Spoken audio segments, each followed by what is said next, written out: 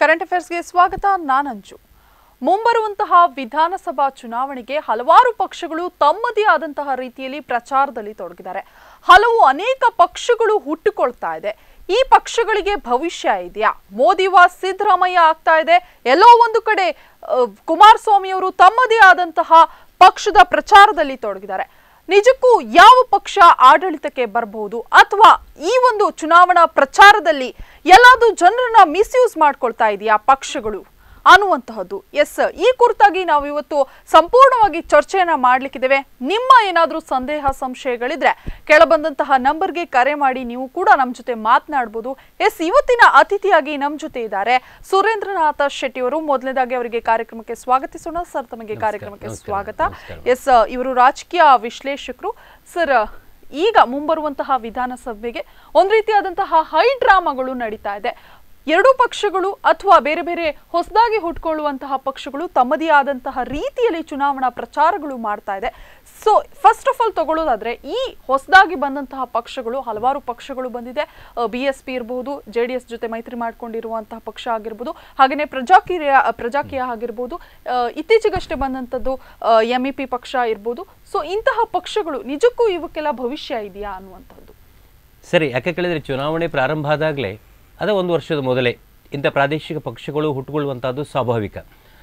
ಆದರೆ ನಮ್ಗೆ ಅನಿಸುತ್ತೆ, ಕರ್ನಾಟಕದಲ್ಲಿ ನೋಡಿದಾಗ ಪ್ರಾದೇಶಿಕ ಪಕ್ಷಗಳ ಒಂದು ಹುಟ್ಟು ನೋಡಿದಾಗ ಈ ಪ್ರಾದೇಶಿಕ ಪಕ್ಷಗಳ ಹುಟ್ಟು ಮತ್ತು ಪ್ರಯೋಗ ಸಾಕಷ್ಟು ಬಾರಿ ಆಗಿದೆ. ಮಾತ್ರ ಅಲ್ಲ, ಸಾಕಷ್ಟು ಬಾರಿ ಕೈ ಸುಟ್ಕೊಂಡವರು ಇದ್ದಾರೆ. ನಿಮ್ಗೆ ಗೊತ್ತಿದೆ, ಬಂಗಾರಪ್ಪನವರು ಕೂಡ ಇದು ಕ್ರಾಂತಿರಂಗ ಅಂತ ಹೇಳ್ಕೊಂಡು ಕರ್ನಾಟಕದಲ್ಲಿ ಪ್ರಾರಂಭ ಮಾಡಿದರು. ದೇವರಾಜ ಅರಸು ಕೂಡ ಕಾಂಗ್ರೆಸ್ನಿಂದ ಹೊರಗೆ ಬಂದು ಪ್ರಾದೇಶಿಕ ಪಕ್ಷ ಮಾಡಿದರು. ಹಾಗೆ ನೀವು ನೋಡುವಾಗ ಇವಾಗ ನೀವು ಹೇಳಿದಾಗೆ ನಮ್ಮ ಉಡುಪಿ ಜಿಲ್ಲೆಗೆ ಸಂಬಂಧಪಟ್ಟ ಹಾಗೆ ಅನುಪಮ ಶೆಣೆಯವರು ಕೂಡ ಒಂದು ಹೊಸ ಪಕ್ಷವನ್ನು ಮಾಡಲಿಕ್ಕೆ ಹೊರಟಿದ್ದಾರೆ. ಹಾಗೆ ವರ್ತುಲ್ ಪ್ರಕಾಶ್ ಅವರು ಕೂಡ ಕರ್ನಾಟಕದ ಇನ್ನೊಂದು ಕೋಲಾರ ಜಿಲ್ಲೆಯಿಂದ ಇನ್ನೊಂದು ಪಕ್ಷವನ್ನು ಮಾಡಲಿಕ್ಕೆ ಹೊರಟಿದ್ದಾರೆ. ಹಾಗೆ ಉಪೇಂದ್ರ ಅವರು ಕೂಡ ಪ್ರಯೋಗ ಮಾಡಿದರು. ಅದು ಮತ್ತೆ ಪುನಃ ಗೊಂದಲದಲ್ಲಿ ಸಿಕ್ಕೊಂಡಿದೆ. ನೀವು ಹೇಳಿ ಸರಿ. ಯಾಕೆ ಕೇಳಿದರೆ ಚುನಾವಣಾ ಒಂದು ಪರ್ವ ಕಾಲದಲ್ಲಿ ಎಲ್ಲೋ ಒಂದು ಆಸೆಗಳಿರುತ್ತೆ. ಇನ್ನೊಂದು ಮುಖ್ಯ ಕಾರಣ ನಾನು ವಿಶ್ಲೇಷಿಸಬೇಕಾಗತ್ತೆ. ಯಾಕೆ ಇಷ್ಟೊಂದು ಪ್ರಾದೇಶಿಕ ಪಕ್ಷಗಳು ಈಗ ಹುಟ್ಟುತ್ತಾ ಇದ್ದಾವೆ ಅನ್ನೋದು ಒಂದು ಪ್ರಶ್ನೆ. ಅದಕ್ಕೆ ಮುಖ್ಯ ಕಾರಣ ಅಂತ ಹೇಳಿದರೆ, ನಮ್ಮಲ್ಲಿರುವಂಥ 3 ಪ್ರಧಾನವಾದ ಪಕ್ಷಗಳು ಇವತ್ತು ಕರ್ನಾಟಕದಲ್ಲಿ ಇದ್ದಾವೆ. ಒಂದು ಭಾರತೀಯ ಜನತಾ ಪಕ್ಷ ಅನ್ನುವಂಥದ್ದು ಮುಖ್ಯ ವಾಹಿನಿಯಲ್ಲಿದೆ. ಅದೇ ರೀತಿಯಲ್ಲಿ ರಾಷ್ಟ್ರೀಯ ಪಕ್ಷವಾದಂಥ ಕಾಂಗ್ರೆಸ್ ಪಕ್ಷ ಕೂಡ ಮುಖ್ಯ ವಾಹಿನಿಯಲ್ಲಿದೆ. ಹಾಗೇನೆ ಪ್ರಾದೇಶಿಕ ಪಕ್ಷವೂ ಅಲ್ಲದೇನೆ ರಾಷ್ಟ್ರೀಯ ಪಕ್ಷ ಅನ್ನಿಸ್ಕೊಳ್ಳುವಂಥ JDS. ಈ 3 ಪಕ್ಷಗಳು ಇದ್ದಾವೆ. ಇದು ಏನಾಗಿದೆ ಕೇಳಿದರೆ, ಇತ್ತೀಚಿನ ದಿನಗಳಲ್ಲಿ ನೋಡುವಾಗ, ವಿದ್ಯಮಾನ ನೋಡುವಾಗ, ಚುನಾವಣೆಯ ಒಂದು ಸಮೀಕ್ಷೆ ವರದಿ ನೋಡುವಾಗ ಕೂಡ ಎಲ್ಲೋ ಒಂದು ಕಡೆ ಒಂದು ಸಮ್ಮಿಶ್ರ ವ್ಯವಸ್ಥೆ ಬರಬಹುದು, ಆಸೆಗಳು ಹುಡ್ತಾ ಇದೆ. ಒಂದು ವೇಳೆ ಯಾವುದೇ ಒಂದು ಪ್ರಾದೇಶಿಕ ಪಕ್ಷ ಇವತ್ತು ಹುಟ್ಟುಕೊಂಡು ತನ್ನ ಒಂದು 2, 10, 10, 10 ಅಥವಾ 3-4 ಸೀಟ್ ಪಡ್ಕೊಂಡ್ರು ಕೂಡ ಎಲ್ಲ ಒಂದು ರೀತಿ ಕಿಂಗ್ ಮೇಕರ್ ಆಗುವ ಸಾಧ್ಯತೆ ಇದೆ ಅನ್ನೋ ಆಸೆ ಪ್ರತಿಯೊಬ್ಬರಲ್ಲಿದೆ. ಆಲ್ರೆಡಿ ಕುಮಾರಸ್ವಾಮಿ ಅವರು ಹೇಳಿದ್ದಾರೆ, ಹಾಗೆ ಕಿಂಗ್ ಮೇಕರ್ ಆಗುವ ಅಂದ್ರೆ ಆ ನಿಟ್ಟಿನಲ್ಲಿ ಎಲ್ಲೋ 1, 2, 3 ಕಡಿಮೆ ಆದಾಗ ಈ ಅಂತ ಪಕ್ಷಗಳು ಇದ್ದಾವಲ್ಲ, ಸ್ಥಳೀಯವಾದಂಥ ಅತ್ಯಂತ ಪ್ರಾದೇಶಿಕ ಪಕ್ಷಗಳು ಕೂಡ ಬೆಂಬಲ ತಗೊಳ್ಳಿ ಯಾಚಿಸುವಂಥ ಸ್ಥಿತಿ ಬರ್ಬೋದು. ಅವಾಗ ಇವರಿಗೂ ಒಂದು ಸ್ಥಾನಮಾನ ಮರ್ಯಾದೆ ಸಿಗುತ್ತೆ. ಈ ದೃಷ್ಟಿಯಿಂದ ನೋಡುವಾಗ ಈ ಹಲವಾರು ಪ್ರಾದೇಶಿಕ ಪಕ್ಷಗಳು ಇವತ್ತು ಕರ್ನಾಟಕದಲ್ಲಿ ಹುಡ್ಕೊಳ್ತಾ ಇದೆ. ಎಷ್ಟು ಜನ ಉಳಿತದ ನನಗೆ ಗೊತ್ತಿಲ್ಲ. ಅಂತೂ ಚುನಾವಣೆ ಸಂದರ್ಭದಲ್ಲಿ ಖಂಡಿತವಾಗಿ ಮುಂಚೂಣಿಯಲ್ಲಿ ಬರಬಹುದು ಅಂತ ಕಾಣುತ್ತೆ. ಅವಳ ಭವಿಷ್ಯವನ್ನು ಕೇಳಿದರೆ, ನನಗೆ ಭವಿಷ್ಯ ಹೇಳುವುದಿದ್ರೆ ಖಂಡಿತ ಹೇಳ್ತೇನೆ, ಪ್ರಾದೇಶಿಕ ಪಕ್ಷಗಳಿಗೆ ಕರ್ನಾಟಕದ ಮಟ್ಟಿಗೆ ಉಜ್ವಲವಾದ ಭವಿಷ್ಯ ಏನು ಇಲ್ಲ. ಇವತ್ತಿನ ಸ್ಥಿತಿಯಲ್ಲಿ ನೋಡಿದರೆ ಹುಟ್ಕೊಳ್ಬಹುದು, ಎಲ್ಲ 1, 2, 3 ಸೀಟ್ ತಗೊಳ್ಬಹುದು. ಆದರೆ ಉಜ್ವಲವಾದ ಭವಿಷ್ಯ ಪ್ರಾದೇಶಿಕ ಪಕ್ಷ ಕರ್ನಾಟಕದಲ್ಲಿ ಹುಟ್ಟಲಿಕ್ಕೆ ಸ್ವಲ್ಪ ಕಾಲ ತಗೊಂಡಿತ್ತು, ಈಗ ಸಾಧ್ಯ ಇಲ್ಲ ಅಂತ ಅನಿಸುತ್ತೆ. ಯಾಕೆ ಕೇಳಿದರೆ, ನೀವು ಇವತ್ತು ರಾಷ್ಟ್ರೀಯ ಪಕ್ಷಗಳೇ ಮುಖ್ಯ ವಾಹಿನಿಯಲ್ಲಿ ಇದ್ದಾವೆ, ಅವುಗಳೇ ಫುಲ್ ಮೆಜಾರಿಟಿ ತಗೊಳ್ಳುವಂಥ ಸ್ಥಿತಿಯಲ್ಲಿ ಬಂದಿದ್ದಾವೆ ಅಂತ ಅನಿಸುತ್ತೆ. ತಗೊಳ್ತೋದು ಬಿಡುದು ಮತ್ತೆ ನೋಡೋಣ. ಮತ್ತೆ ದೆಹಲಿಯಲ್ಲಿ ಏನು ಆಮ್ ಆದ್ಮಿ ಪಕ್ಷ ಅನ್ನುವಂಥದ್ದು ಸಡನ್ ಆಗಿ ಬಂತು ಆಡಳಿತಕ್ಕೆ, ಅಧಿಕಾರಕ್ಕೆ. ಸೊ ಕರ್ನಾಟಕದಲ್ಲಿ 2 ರೀತಿಯಾದಂತಹ ಆಡಳಿತವನ್ನ ಜನತೆ ಈಗಾಗಲೇ ನೋಡಿದೆ. ಬಿಜೆಪಿ ಪಕ್ಷ ಅಧಿಕಾರದಲ್ಲಿದ್ದಾಗ ಬಹುಶಃ 3 CM ಗಳನ್ನ ಕೊಡ್ತು. ಹಾಗೇನೆ ಪಕ್ಷದೊಳಗೆ ಬಹಳಷ್ಟು ಭಿನ್ನಾಭಿಪ್ರಾಯಗಳಾಗಿ ಯಡಿಯೂರಪ್ಪನವರು ಪಕ್ಷವನ್ನ ಬಿಟ್ಟು ಬೇರೆ ಪಕ್ಷವನ್ನ ಸ್ಥಾಪಿಸಿದ್ರು. ಕಾಂಗ್ರೆಸ್ ಆಡಳಿತಕ್ಕೆ ಬಂತು, ಬಹಳಷ್ಟು ಕಾಂಗ್ರೆಸ್ ಆಡಳಿತ ಕೂಡ ದುರ್ಬಲಗೊಳ್ತಾ ಇದೆ. ಎಲ್ಲಾ ಕಡೆ ಕೋಮು ಗಲಭೆಗಳಾಗ್ತಾ ಇದೆ. ಹಾಗೇನೆ ಕಾಂಗ್ರೆಸ್ ಆಡಳಿತ ಸಂಪೂರ್ಣವಾಗಿ ವೈಫಲ್ಯ ಆಗ್ತಾ ಇದೆ ಅನ್ನುವಂತಹ ಆರೋಪಗಳು ಕೂಡ ಇದೆ. ಅಷ್ಟೇ ಅಲ್ಲದೆ ಕಾಂಗ್ರೆಸ್ ಎಲ್ಲೋ ಒಂದು ಕಡೆ ತನ್ನ ಅಸ್ತಿತ್ವವನ್ನ ಕೂಡ ಕಳೆದುಕೊಳ್ತಾ ಇದೆ. ಸೊ ಹಾಗಾಗಿ ಕಾಂಗ್ರೆಸ್ ಮೇಲೂ ಕೂಡ ಜನರಿಗೆ ಅಷ್ಟೊಂದು ವಿಶ್ವಾಸ ಇಲ್ಲ. ಎಲ್ಲೋ ಒಂದು ಕಡೆ ಬೇರೆ ಪಕ್ಷದವರಿಗೆ ಒಂದು ರೀತಿಯಾದಂತಹ ಆಕಾಂಕ್ಷೆ ಅಥವಾ ಆಸೆ ಇರ್ಬೋದು. ಎಲ್ಲೋ ಒಂದು ಕಡೆ ದೆಹಲಿಯಲ್ಲಿ ಟರ್ನ್ ಹೊಡಿತು, ಆಮ್ ಆದ್ಮಿ ಪಕ್ಷ ಸಡನ್ ಆಗಿ ಅಧಿಕಾರಕ್ಕೆ ಬಂತು. ಬಹುಶಃ ಇಡೀ ಭಾರತದಲ್ಲಿ ಯಾರೂ ಕೂಡ ಈ ಬಗ್ಗೆ ಯೋಚಿಸಿಯೂ ಕೂಡ ಇರಲಿಲ್ಲ. ಸೊ ಅದೇ ರೀತಿಯಾದಂತಹ ಒಂದು ಆಸೆಯನ್ನ ಇಟ್ಕೊಂಡು ಬೇರೆ ಪಕ್ಷಗಳು ಅಸ್ತಿತ್ವಕ್ಕೆ ಬರುವಂತಹ ಚಾನ್ಸಸ್ ಕೂಡ ಇದೆ. ಖಂಡಿತ ನೀವು ಹೇಳಿದ್ರೆ, ಈಗ ಡೆಲ್ಲಿಯಲ್ಲಿ ಆದಂಥ ಒಂದು ಮಿರಾಕಲ್ ಕರ್ನಾಟಕದಲ್ಲಿ ಆಗುತ್ತೆ ಅಂತ ನಾನು ಹೇಳೋಲ್ಲ, ಖಂಡಿತ ಆಗೋಲ್ಲ ಅದು. ಯಾಕೆ ಕೇಳಿದರೆ ದಿಲ್ಲಿಯ ಸನ್ನಿವೇಶವೇ ಬೇರೆ. ಅಲ್ಲಿನ ಡಿಲ್ಲಿಯ ವೋಟರ್ಸೇ ಬೇರೆ. ಅದು ಒಂದು ಸಡನ್ ಆಗಿ ಆದಂತ ಮಿರಾಕಲ್. ಪುನಃ ಆ ಪಕ್ಷ ಅಲ್ಲಿ ಬರುತ್ತೆ ಅಂತ ನಾನು ಕೂಡ ಹೇಳೋಲ್ಲ. ಒಂದು ಕರೆ ಇದೆ ಸರ್, ಅದರ ನಂತರ ಚರ್ಚೆ ಮಾಡೋಣ. ಹಲೋ ಹಲೋ, ತಮ್ಮ ಹೆಸರು? ಹಲೋ ಮೇಡಮ್, ನಮಸ್ಕಾರ. ನಮಸ್ತೆ, ತಮ್ಮ ಹೆಸರು ಸರ್? ಸಂತೋಷ್ ಶೆಟ್ಟಿ ಅಂತ, ಮೊಳಹಳ್ಳಿ ಕುಂದಾಪುರದಿಂದ ಮಾತಾಡ್ತಿರೋದು. ಸಂತೋಷ್ ಅವರೇ, ಹೇಳಿ. ಮೇಡಮ್, ಏನಾಗ್ತದೆ ಅಂದ್ರೆ ಈಗ ಕರ್ನಾಟಕ ಕದನ ಅಂತಕ್ಕಂಥದ್ದು ನೀವೇನು ಚರ್ಚಾ ವಿಷಯವಾಗಿ ಇಟ್ಕೊಂಡಿದ್ದೀರಿ. ಖಂಡಿತ ಹೇಳಿ ಸರ್. ಕರ್ನಾಟಕದಲ್ಲಿ ಏನಂತ ಹೇಳಿದ್ರೆ, ಕರ್ನಾಟಕವನ್ನ ಹೊರತುಪಡಿಸಿ ಅಲ್ಲ, ಕರ್ನಾಟಕದಲ್ಲಿ ಅಂತ ಹೇಳ್ಬೇಕಂತ ಹೇಳಿದ್ರೆ ಕರ್ನಾಟಕದಲ್ಲಿ 3 ರಾಷ್ಟ್ರೀಯ ಪಕ್ಷಗಳು ಇದೀಗ ಏನು ಹಣಾಹಣಿಗೆ ಕ್ಷಣಗಣನೆಯನ್ನ ನೀಡ್ತಾ ಇದೆ. ಒಂದೇದಾಗಿ ಜೆಡಿಎಸ್ ಇರ್ಬೋದು, ಹಾಗೆಯೇ ಭಾರತೀಯ ಜನತಾ ಪಾರ್ಟಿ, ಹಾಗೆಯೇ ಕಾಂಗ್ರೆಸ್ ಕೂಡ ಇರ್ಬೋದು. 3 ಪಕ್ಷಗಳಲ್ಲಿ ಕೂಡ ವಿಭಿನ್ನ ರೀತಿಯಲ್ಲಿ ಪೈಪೋಟಿ ಇರುವಂತಕ್ಕಂಥದ್ದು. ಮತ್ತೆ ಈಗ ನೂತನವಾಗಿ ಬೇರೆ ಬೇರೆ ಪಕ್ಷಗಳು ಕೂಡ ಹುಟ್ಟಿಕೊಂಡಿರೋದು ಕೂಡ ಸಹಜವಾದ್ರೂ ಕೂಡ ಯಾವೇ ಪಕ್ಷಗಳು ಕೂಡ ಎಲ್ಲಿಯೂ ಕೂಡ ಮೆಜಾರಿಟಿ ಬರಲ್ಲ. ಯಾಕಂತ ಹೇಳಿದ್ರೆ ಕರ್ನಾಟಕದಲ್ಲಿ ಒಂದೇದಾಗಿ ಮೋದಿ ಹವಾ ಇರುವುದರಿಂದ ಕಾಂಗ್ರೆಸ್ ಬೇರೆ ಬೇರೆ ವಿಚಾರಗಳಿಗೆ ಸಂಬಂಧಪಟ್ಟಂತೆ ಕಾಂಗ್ರೆಸ್ ಕೂಡ 100% ಬರುವಂತ ಸಾಧ್ಯತೆಗಳಿಲ್ಲ. ಯಾಕಂತ ಹೇಳಿದ್ರೆ ಹಗರಣಗಳನ್ನು ನೋಡಿರ್ಬೋದು, ಕರಾವಳಿಯಲ್ಲಿ ಆದಂತ ಕೋಮು ಗಲಾಭೆಗಳಿರ್ಬೋದು, ಟೋಟಲ್ ಆಗಿ ಕರ್ನಾಟಕದಲ್ಲಿ ಆಗಿರುವಂತ ಒಂದು ವಿಶೇಷವಾಗಿ ನೋಡ್ಬೇಕಂತ ಕರ್ನಾಟಕದಲ್ಲಾದಂತ ಬೇರೆ ಬೇರೆ ಹಗರಣಗಳನ್ನು ನೋಡಿರ್ಬೋದು, ಅಥವಾ ಡಿ ಕೆ ರವಿ ಅವರ ಕೊಲೆ ನೋಡಿರ್ಬೋದು, ಅನುಪಮ ಶೆಣೈ ವರ್ಗಾವಣೆ ನೋಡಿರ್ಬೋದು, ಹಾಗೆ ಪೆರೆಸ್ತ ಮೆಸ್ತ ಕೊಲೆ ಇರ್ಬೋದು, ಅಥವಾ ಎಲ್ಲ ವಿಚಾರಗಳಿಗೆ ಸಂಬಂಧಪಟ್ಟಂತ ಹೇಳಿದ್ರೆ ಕಾಂಗ್ರೆಸ್ ಕೂಡ ಅಲ್ಲಿ ಬರುವಂತ ಸಾಧ್ಯತೆಗಳು ಕರ್ನಾಟಕದಲ್ಲಿ 100% ಇಲ್ಲ. ಇನ್ನೊಂದಾಗಿ ಹೇಳ್ಬೇಕಂತ ಹೇಳಿದ್ರೆ ಕುಮಾರಸ್ವಾಮಿ ಅವರ ಪಕ್ಷ ಜೆಡಿಎಸ್, ಇದ್ರ ಬಗ್ಗೆ ಹೇಳ್ಬೇಕಂತ ಹೇಳಿದ್ರೆ ಅದು ರೈತ ಪಕ್ಷವಾಗಿ ಹುಟ್ಕೊಂಡಿದ್ದು, ಯಾವುದೇ ರೀತಿಯ ಹಂಗಿಲ್ಲದೆ, ಯಾವುದೇ ರೀತಿಯ ಪ್ರಚಾರವಿಲ್ಲದೆ ತನ್ನಷ್ಟಕ್ಕೆ ತಾನೇ ಬೆಳೆಯುವಂತ ಪಕ್ಷ. ಆ ಪಕ್ಷ ಬರುವುದಾದ್ರೆ ಒಂದ್ ಬಗ್ಗೆ ಹೇಳ್ಬೇಕಂತ ಹೇಳಿದ್ರೆ, ಆ ಪಕ್ಷ ಬರ್ಬೇಕಾದ್ರೆ ಒಂದೇದಾಗಿ ರೈತರ ಮೇಲಿರುವಂತ ಇಟ್ಟಿರುವಂತ ವಿಶ್ವಾಸ, ರೈತರು 100% ಕೂಡ ಮಂಡ್ಯ, ಮೈಸೂರು, ಹಾಗೆ ಚಾಮರಾಜನಗರ, ನಂಜನಗೂಡು ಈ ಭಾಗದಲ್ಲಿ ಕೂಡ, ಮಾಲೂರು ಕೂಡ ಇರ್ಬೋದು, ಆ ಜಾಗದಲ್ಲಿ ಸಂಬಂಧಪಟ್ಟ ಈ ಒಂದು ಡಿಸ್ಟಿಕ್ ಅಲ್ಲಿ ಜೆಡಿಎಸ್ ಬರುವಂತ ಸಾಧ್ಯತೆ 100% ಇದೆ. ಯಾಕಂತ ಹೇಳಿದ್ರೆ ರೈತರಿಗೆ ದೇವೇಗೌಡರು ಮಾಡಿದಂತ ಸಾಧನೆ ಇರಬಹುದು, ಹಾಗೆ ರೈತರಿಗೆ ವಿಶೇಷವಾದಂತ ರೀತಿಯಲ್ಲಿ ನೀರಿನ ಯೋಜನೆ ಇರಬಹುದು, ಹಾಗೆ ರೈತರಿಗೆ ಬ್ಯಾಂಕ್ ನಲ್ಲಿ ಮಾಡಿದಂತ ಕೃಷಿ ಸಾಲ ಮನ್ನಾ ಇರಬಹುದು. ಎಲ್ಲ ವಿಚಾರಕ್ಕೆ ಸಂಬಂಧಪಟ್ಟಂತೆ ಜೆಡಿಎಸ್ ಕೂಡ ಒಂದು ಮೆಚಾರಿಟಿ ಬರುವಂತ ಸಾಧ್ಯತೆ ಇದೆ. ಬಿಜೆಪಿ ಕಡೆ ಬಂದ್ರೆ, ಬಿಜೆಪಿ ಅಂತ ಹೇಳಿದ್ರೆ ಕರಾವಳಿ ಭಾಗದಿಂದ ಹಿಡಿದು ಬೇರೆ ಆಲ್ ಓವರ್ ಕರ್ನಾಟಕದಲ್ಲಿ ಬಿಜೆಪಿ ಕೂಡ ಮುಂಚೂಣಿಯ ಸ್ಥಾನವನ್ನ ಪಡ್ಲಿಕ್ಕೆ, ಯಾಕಂದ್ರೆ ಬಿಜೆಪಿ ಸಪೋರ್ಟರ್ಸ್ ಆಗಿ ಮಾತಾಡ್ತಾ ಇಲ್ಲ, ಬಟ್ ನಾವು ನೋಡ್ಬೇಕಾದ್ರೆ ಪ್ರತಿಕೂಲ ಪರಿಸ್ಥಿತಿಯನ್ನು ನೋಡಿದಾಗ ಬಿಜೆಪಿ ಕೂಡ ಕರ್ನಾಟಕದಲ್ಲಿ ಬರುವಂತ ಸಾಧ್ಯತೆ. ಯಾಕಂತ ಹೇಳಿದ್ರೆ ಭ್ರಷ್ಟಾಚಾರ ಮುಕ್ತ ರಾಜ್ಯವನ್ನಾಗಿ ಮಾಡ್ಲಿಕ್ಕೆ ಮೋದಿ ಅವರು ಪಣ ತೊಟ್ಟಿದ್ದಾರೆ. ಒಂದನೇದಾಗಿ ನೋಟ್ ಬ್ಯಾನ್ ಮಾಡಿದ್ರು, ನೋಟ್ ಅನ್ನು ಅಮಾನ್ಯೀಕರಣ ಮಾಡಿದ್ರು. ಯಾಕಂತ ಹೇಳಿದ್ರೆ ನೋಟು ಅಮಾನ್ಯೀಕರಣ ಮಾಡೋದ್ರಿಂದ ನಾವು ಎಷ್ಟು ಕೋಟಿ ಏನು ಟ್ಯಾಕ್ಸ್ ಏನಿದೆ ಅದು ಕೂಡ ರಾಜ್ಯದ ಬೊಕ್ಕಸಕ್ಕೆ ಅಥವಾ ಇವು ಕೇಂದ್ರದ ಬೊಕ್ಕಸಕ್ಕೆ ಸೇರಿರ್ಬೋದು. ಹಾಗೆ ಇನ್ನೊಂದಾಗಿ ಹೇಳ್ಬೇಕಂದ್ರೆ GST, ಸರಕು ಸಾಗಾಣಿಕೆ ವೆಚ್ಚ ಏನಿದೆ ಕರ್ನಾಟಕದಲ್ಲಿ ಇರ್ಬೋದು ಅಥವಾ ಟೋಟಲ್ ದೇಶದಲ್ಲಿ ಏನಾಗ್ತದೆ ಅಂದ್ರೆ ಯಾವುದೇ ಒಂದು ಸರಕು ಸಾಗಾಣಿಕೆ ವೆಚ್ಚವನ್ನ ಕೊಡ್ತಾ ಇರ್ಲಿಲ್ಲ. ಅಲ್ಲಿ ಇಲ್ಲಿ ಲಂಚ ಕೊಟ್ಟು ಸರಕು ಸಾಗಾಣಿಕೆಯನ್ನ ವಿನಿಮಯ ಮಾಡ್ತಿದ್ರು. ಯಾವುದೇ ಒಂದು ಉತ್ಪನ್ನಗಳನ್ನ ಖರೀದಿಗಾಗ್ಲಿ, ಉತ್ಪನ್ನವನ್ನ ನಾವು ತೆಗೆದುಕೊಂಡು ಬರುವುದಿರ್ಲಿ, ಅವೆಲ್ಲರೂ ಕೂಡ ಯಾವುದೇ ರೀತಿಯ ಸರಕು ಸಾಗಾಣಿಕೆ ವೆಚ್ಚ ಇರಲಿ. ಏನ್ MRP ಇದೆ ಅದನ್ನು ಕೊಡುತ್ತೆ. ಇವಾಗ ಏನ್ ಮಾಡಿದ್ರು ಅಂದ್ರೆ ಇರುವಂತಹ MRP ಅಲ್ಲಿ ಕೂಡ GST ಕೇಂದ್ರ ಸರ್ಕಾರ, GST ರಾಜ್ಯ ಸರ್ಕಾರ, ಹಾಗೆ ಬೇರೆ ಬೇರೆ ವಿಧಾನ ರೀತಿಯಲ್ಲಿ ಕಟ್ಟಾಗ್ತಿರೋದು 100% ಪ್ರತಿಕೂಲ. ವ್ಯಾಪಾರಸ್ಥರಿಗೆ ನಿಜವಾಗ್ಲೂ ತೊಂದರೆ ಆಗಿರ್ಬೋದು ಕೆಲವರಿಗೆ, ಬಟ್ ವ್ಯಾಪಾರಸ್ಥರಿಗೆ ಒಂದು ಪ್ರತಿಕೂಲ ಹವಾಮಾನವನ್ನ ನಿರ್ಮಾಣ ಮಾಡಿದೆ. ಹಾಗಾದ್ರೆ ಬಿಜೆಪಿ ಇನ್ನೊಂದು ಮುಖ ಅಂತ ಹೇಳಿದ್ರೆ, ಬಿಜೆಪಿಯಲ್ಲಿ ನಾವು ನೋಡ್ಬೇಕಂತ ಹೇಳಿದ್ರೆ ರಾಷ್ಟ್ರೀಯ ಪಕ್ಷಗಳ ಜೊತೆಗೆ ಇವಾಗ JDS ಇರ್ಬೋದು, ಕಾಂಗ್ರೆಸ್ ಇರ್ಬೋದು, ಈಗ ಬಿಜೆಪಿ ಬಗ್ಗೆ ಹೇಳ್ಬೇಕಂತ ಹೇಳಿದ್ರೆ ಬೇರೆ ಸಮಾವೇಶವನ್ನ ಮಾಡಿದ್ದಾರೆ. ಬಿಜೆಪಿ ಒಂದು ದೊಡ್ಡ ಪಾಯಿಂಟ್, ಪ್ಲಸ್ ಪಾಯಿಂಟ್ ಅಂತ ಹೇಳಿದ್ರೆ ಬಿಜೆಪಿ ಅವರದ್ದು ಯಾವುದೇ ರೀತಿಯ ಒಂದು ಪ್ರಚಾರದ ಗಿಮಿಕ್ ಅನ್ನು ಕೂಡ ಪಡಿತಾ ಇಲ್ಲ. ಸಮಾವೇಶವನ್ನ ಮಾಡ್ತಾರೆ, ಸಮಾವೇಶದಲ್ಲಿ ಅವರ ಬಗ್ಗೆವನ್ನ ಕಾಲನ ಎಳಿತಾರೆ. ಬಟ್ ಏನಂತ ಹೇಳಿದ್ರೆ ಈ ರಾಷ್ಟ್ರೀಯ ಪಕ್ಷಗಳು ಎಲ್ಲಾ ಪಕ್ಷದಿಂದ ಕೂಡ ಎಳಿತಾ ಇದೆ. ಆದ್ರೆ ವಿಷಯವನ್ನ ಆಧಾರಿತವಾಗಿ ನೋಡೋದಾದ್ರೆ ಕರ್ನಾಟಕದ ಕದನದಲ್ಲಿ ಬಿಜೆಪಿ ಕೂಡ ಹೆಚ್ಚು ಮೆಜಾರಿಟಿ ಬರುವಂತ ಸಾಧ್ಯತೆ ಇದೆ. ಯಾಕಂತ ಹೇಳಿದ್ರೆ ನಮ್ಮ ಎಲ್ಲಾ ಒಂದು ವಾಸ್ತವ ಪರಿಸ್ಥಿತಿಯನ್ನ ಹಿಡಿದು, ಹಾಗೆಯೇ ಬಡವರ ಬಗ್ಗೆ ಕಾಳಜಿ ಇರ್ಬೋದು, ಬ್ಯಾಂಕ್ಗಳಲ್ಲಿ ಆದಂತ ವ್ಯವಸ್ಥೆಗಳಿರ್ಬೋದು, ಅಂಚೆ ಕಚೇರಿಗಳಲ್ಲಿ ಬಡವರಿಗೆ ವಿಶೇಷವಾದಂತಹ ರೀತಿಯಲ್ಲಿ ಕೇಂದ್ರ ಸರ್ಕಾರ ಮಾಡಿದಂತಹ ಯೋಜನೆಗಳಿರ್ಬೋದು, ಹಾಗೆ ರೈಲು ವಿಚಾರಕ್ಕೆ ಬಂದ್ರೆ ರೈಲು ನೇಮಕಾತಿ ವಿಚಾರ ಇರ್ಬೋದು, ಅಥವಾ ರೈಲಿನಲ್ಲಿ ಪ್ರಯಾಣಿಸುವ ಪ್ರತಿಯೊಬ್ಬ ನಾಗರಿಕರಿಗೆ ವಿಶೇಷವಾದಂತ ರಿಯಾಯಿತಿ ದರ ಇರ್ಬೋದು. ಟೋಟಲ್ ಆಗಿ ಈಗ ಪ್ರಧಾನಮಂತ್ರಿ ಜನೌಷಧಿ ಕೇಂದ್ರ ಇರ್ಬೋದು, ಬಡವರ, ಯಾಕೆಂದ್ರೆ ನಾವು ದೊಡ್ಡ ಲೆವೆಲಿಗಾಗಿ ಯೋಚನೆ ಮಾಡುವುದಕ್ಕಿಂತ ಬಡವರಿಗೆ ಕೂಡ ಹಸಿದವರಿಗೆ ಅನ್ನ ಕೊಡುವಂತಹ ನಿಟ್ಟಿನಲ್ಲಿ ಕೇಂದ್ರ ಸರ್ಕಾರ ಕೆಲಸ ಮಾಡಿರ್ಬೋದು. ಹಾಗೆ ಎಲ್ಲ ಪ್ರತಿಕೂಲ ಪರಿಸ್ಥಿತಿಯನ್ನು ಅವಲಂಬಿಸಿದಾಗ ಕರ್ನಾಟಕದಲ್ಲಿ ಹೆಚ್ಚು ಮೆಜಾರಿಟಿಯನ್ನ ಪಡೆದುಕೊಳ್ಳುವುದು ಬಿಜೆಪಿ. ನೆಕ್ಸ್ಟ್ ಬಂದ್ಬಿಟ್ಟು ಜೆಡಿಎಸ್ ಪಡ್ಕೊಳ್ಬಹುದು, ಕೊನೆಯದಾಗಿ ಕಾಂಗ್ರೆಸ್ ಅನ್ನ ಪಡೆಯುವಂತ ಸಾಧ್ಯತೆ ಈ ಬಾರಿ ವಿಧಾನಸಭಾ ಚುನಾವಣೆಯಲ್ಲಿ ಇರಬಹುದು ಅಂತಕ್ಕಂಥ ಭಾವನೆ ನನಗಿದೆ. ಧನ್ಯವಾದಗಳು ಸಂತೋಷ್ ಅವರೇ, ನಮ್ಮ ಜೊತೆ ನೇರ ಸಂಪರ್ಕದಲ್ಲಿ ಮಾತನಾಡೋದಕ್ಕೆ. ನೇರ ಪ್ರಸಾರದಲ್ಲಿ ಕರೆ ಮಾಡಿ ಸಂತೋಷ್ ಅವರು ಹೇಳ್ತಾರೆ ಮೆಜಾರಿಟಿಯಾಗಿ ಬಿಜೆಪಿ ಬರುವಂತಹ ಚಾನ್ಸಸ್ ಇದೆ ಅಂತ. ಏನ್ ಹೇಳ್ತೀರಾ? ಅಲ್ಲ, ಇದು ಅವರದ್ದು ವಿಚಾರ ಮತ್ತೆ ಬರ್ತೇನೆ. ಮೊದಲು ನಾನು ಮಾತಾಡ್ತಾ ಇದ್ದೆ, ಅವಾಗ ಕಾಲ್ ಬಂತು. ನೀವು ಡಿಲ್ಲಿಯನ್ನು ಒಂದು ಮಾಡೆಲ್ ಆಗಿ ಇಟ್ಕೊಂಡ್ರಿ, ಅಲ್ಲಿ ಹೇಗೆ ಆಪ್ ಪಕ್ಷ ಬಂತು ಅಂತ. ಡಿಲ್ಲಿಯ ಸಂದರ್ಭವೂ ಬೇರೆ, ಕರ್ನಾಟಕ ಸಂದರ್ಭವೇ ಬೇರೆ ಆಗುತ್ತೆ. ಅಲ್ಲಿ ಒಂದು ಲಿಮಿಟೆಡ್ ನಂಬರ್ ಆಫ್ ವೋಟರ್ಸ್ ಇದ್ರು. ಮಾತ್ರ ನಿಮ್ಗೆ ಗೊತ್ತಿದೆ, 15-20 ವರ್ಷಗಳ ಕಾಲ ಕಾಂಗ್ರೆಸ್ ಅನ್ನ ದುರಾಡಳಿತ ನೋಡಿದ್ರು ಅಲ್ವಾ, ಶೀಲಾ ದೀಕ್ಷಿತ್ನ ಅವರ ಮುಖ್ಯಮಂತ್ರಿ ಆಗಿದ್ದ ಸಂದರ್ಭದಲ್ಲಿ. ಮತ್ತೆ ಬಿಜೆಪಿ ಕೂಡ ಆ ಸಂದರ್ಭವನ್ನು ಟ್ಯಾಕಲ್ ಮಾಡ್ಲಿಕ್ಕೆ ಆಗದೇ ಇರುವಂತಹದ್ದು ಕಾರಣ, ಅದರೊಳಗೆ ಕೂಡ ಭಿನ್ನಮತಿ ಇದ್ದ ಕಾರಣ ಅಲ್ಲಿ ಡಿಲ್ಲಿಯಲ್ಲಿ ಸಂಪೂರ್ಣವಾಗಿ ಸೋತು 72ಕ್ಕೆ 72 ಸ್ಥಾನಗಳನ್ನು ಅಲ್ಲಿ ಡಿಲ್ಲಿಯಲ್ಲಿ ಆಪ್ ಪಕ್ಷ ಗಳಿಸ್ತು.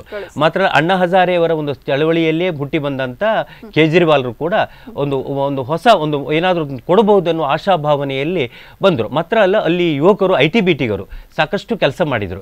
ಮಾತ್ರ ಅಲ್ಲ, ಅಲ್ಲಿ ಇರುವಂಥ ವೋಟರ್ಸ್ ಕೂಡ ಒಂದು ರೀತಿ ಮೈಗ್ರೇಟೆಡ್ ವೋಟರ್ಸ್ಗಳು, ಅಲ್ಲಿ ಯಾವುದೇ ಜಾತಿ ಮತ ಧರ್ಮಕ್ಕೆ ಅಂಟಿಕೊಂಡವರಲ್ಲ. ಏನಿದ್ರು ಹೊಸತನವನ್ನು ಬಯಸುವಂತ ಹೊಸ ಬ್ಲಡ್ಡಿನ ಮತದಾರರನ್ನು ಸುಲಭದಲ್ಲಿ ಟ್ಯಾಕಲ್ ಮಾಡಬಹುದು. ನಾನು ಯಾಕೆ ಅದನ್ನೇ ಹೋಲಿಸ್ತಾ ಇದ್ದೇನೆ ಕೇಳಿದ್ರೆ, ಅದನ್ನೇ ಪ್ರಯತ್ನವನ್ನು ನೀವು ಒಂದು ಕರ್ನಾಟಕದಲ್ಲಿ ಮಾಡ್ಲಿಕ್ಕೆ ಸಾಧ್ಯ ಆಗುತ್ತೆ ಕೇಳ್ಬೋದು. ಖಂಡಿತ ಆಗೋಲ್ಲ. ಕರ್ನಾಟಕದಲ್ಲಿ ರಾಜಕೀಯ ವ್ಯವಸ್ಥೆ ಏನಾಗಿದೆ ಕೇಳಿದ್ರೆ ಜಾತಿ ಆಧಾರಿತವಾಗಿದೆ. Lingayat. Yes. Hello hello hello, ನಮಸ್ತೆ ಸರ್, ತಮ್ಮ ಹೆಸರು? ನಮಸ್ತೆ, ತರುಣ್ ಅಂತ ಮಂಗಳೂರಿಂದ. ಎಸ್ ತರುಣ್ ಅವರೇ, ಹೇಳಿ. ಕರ್ನಾಟಕ ಕದನದ ಬಗ್ಗೆ ಮಾತನಾಡ್ತಾ ಇದ್ವಿ. ಮುಂಬರುವಂತಹ ವಿಧಾನಸಭಾ ಚುನಾವಣೆಗೆ ಬಹಳಷ್ಟು ಪಕ್ಷಗಳು ತಮ್ಮದೇ ಆದಂತಹ ರೀತಿಯಲ್ಲಿ ಏನು ಪ್ರಚಾರವನ್ನ ಮಾಡ್ಕೊಳ್ತಾ ಇದೆ. ಸೊ ಏನ್ ಹೇಳ್ತೀರಾ ಈ ಬಗ್ಗೆ? ಅದೇ, ಕರ್ನಾಟಕದಲ್ಲಿ ಈಗ ಮುಂದೆ ಬರುವಂತಹ ಚುನಾವಣೆ ಅಂದ್ರೆ ನಾಳೆ ಒಂದು 2 ತಿಂಗಳಲ್ಲಿ ಬರುವಂತಹ ಚುನಾವಣೆಯಲ್ಲಿ it is direct fight between Congress, BJP ಮತ್ತೆ JDS ಅಷ್ಟೇ.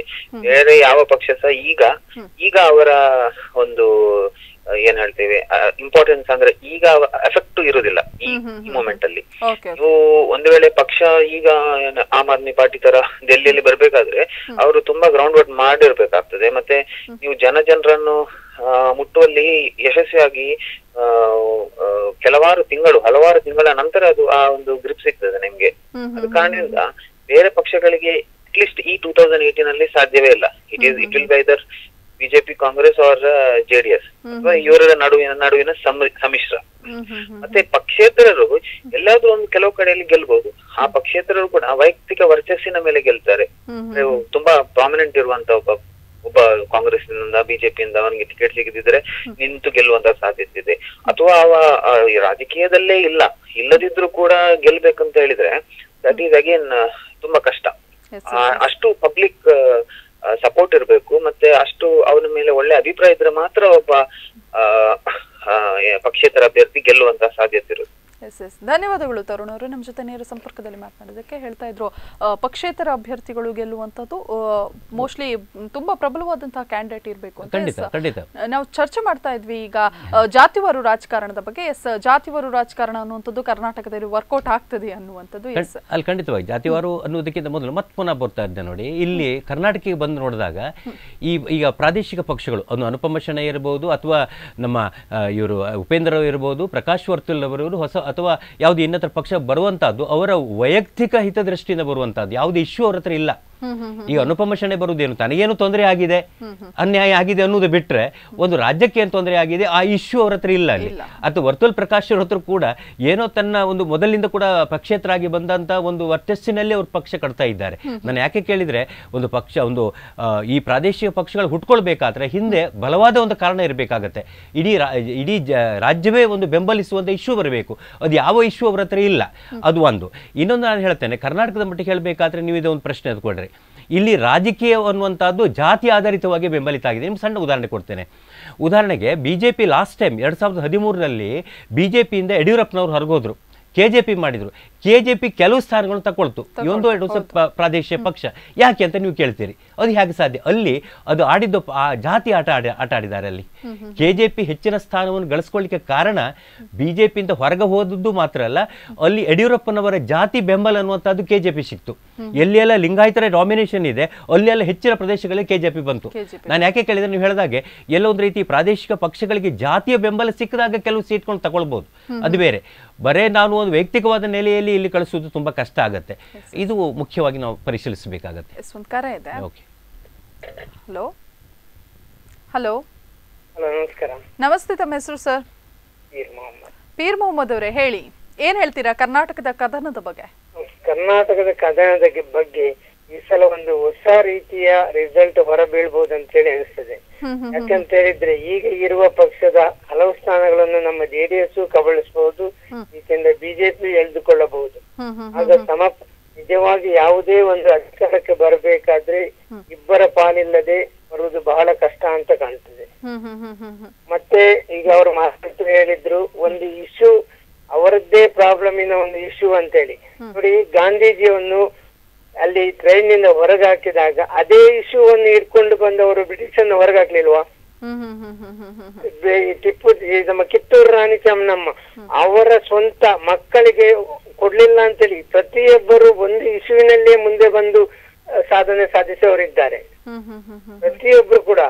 ಪ್ರತಿಯೊಬ್ರು ದೇಶಕ್ಕೆ ಅಂತೇಳಿ ಬರ್ಲಿಕ್ಕೆ ಅವಳಿಗೆ ಯಾವುದೇ ಒಂದು ಕಾರಣಗಳು ಸಿಗುದಿಲ್ಲ. ನಮ್ಮದೇ ಆದ ಒಂದು ದೇಹ. ಈಗ ಅನುಪಮ ಶೆಣೈ, ಅವಳಿಗೆ ಆದ ಅನ್ಯಾಯ ಅವಳಿಗೆ ಗೊತ್ತು. ಅದನ್ನು ಇನ್ನೊಬ್ಬರಿಗೆ ಆಗದ ರೀತಿಯಲ್ಲಿ ತಡಿಲಿಕ್ಕೆ ಅವಳಿಂದ ಸಾಧ್ಯ, ನಮ್ಮಿಂದ ನಿಮ್ಮಿಂದ ಸಾಧ್ಯ ಇಲ್ಲ. ನಾವು ಬರೇ ಮಾತಾಡ್ಬೇಕು ವಿನ ಅವಳಿಗೆ ಅಲ್ಲಿ ಎಲ್ಲಿ ತಪ್ಪಾಗಿದೆ, ಅದು ಇನ್ನೊಬ್ಬನಿಂದ ನಾನು ಎಲ್ಲಿ ಸಹಕರಿಸಬೇಕಂತ ಹೇಳಿ ತಿಳುವಳಿಕೆ ಮಾಡ್ಲಿಕ್ಕೆ ಅವಳಿಂದ ಸಾಧ್ಯ. ಇದೇ ರೀತಿಯಲ್ಲಿ ಪ್ರತಿಯೊಂದು ಇಶ್ಯೂ ಕೂಡ ಒಬ್ಬ ಕಷ್ಟವನ್ನು ಅನುಭವಿಸಿ ಹೇಳುವವ ಅವ ನಿಜವಾಗಿ ಅದನ್ನು ಸುಧಾರಿಸಲು ಪ್ರಯತ್ನ ಮಾಡಿದ್ರೆ ಮಾಡಿಯೇ ಬಿಡ್ತಾನೆ. ಅವನ ಹಿಂದೆ ಜನ ಇಲ್ಲ, ಅದು ನಿಜವಾದ ದೇಶೀಯ ಇಶ್ಯೂ ಅಲ್ಲ. ಆಗ ಅದನ್ನು ಗಾಂಧೀಜಿಯವರು ಆ ರೀತಿ ಹಣ ತೊಡದಿದ್ರೆ ಅಂಬೇಡ್ಕರ್ ಅವರು ಯಾವ ರೀತಿ ನಮ್ಮ ದೇಶಕ್ಕೆ ಮಾದರಿಯಾಗಿ ಬಂದ್ರು? ಅವರಿಗೆ ತಲೆ ಕೂದಲು ಕಟ್ಟಿಸುವಲ್ಲಿ ಅವರನ್ನು ಹೊರಗಾಕಿಸಿದ್ರು ಅಂತ ಹೇಳಿ. ಪೀರ್ ಮೊಹಮ್ಮದ್ರೆ, ಒಂದು ಪ್ರಶ್ನೆ ನಾವು ಕೇಳ್ಬೋದೇ ನಿಮಗೆ? ಅಂದ್ರೆ ನೀವು ಹೇಳೋ ಅನುಪಮ ಶೆಣೈ ಅವರು ಬಂದದ್ದು ಸರಿ, ಒಪ್ಕೊಳ್ತೇನೆ. ಆದ್ರೆ ಅನುಪಮ ಶೆಣೈ ನಾಡ್ದು ಕಾಪುವಿನಲ್ಲಿ ನಿಲ್ತಾರಂತ ಇಟ್ಕೊಳ್ಳಿ. ಈ ಕಾಪುವಿನಲ್ಲಿ ಎಷ್ಟು ಜನ ಅನುಪಮ ಶೆಣೈ ಅವರು ಬೆಂಬಲಿಸಬಹುದು ಅಂತ ಅನ್ಸುತ್ತೆ ನಿಮ್ಗೆ? ನೋಡಿ, ಬೆಂಬಲಿಸುದು ಅದು ಜನರ ವಿಷಯ.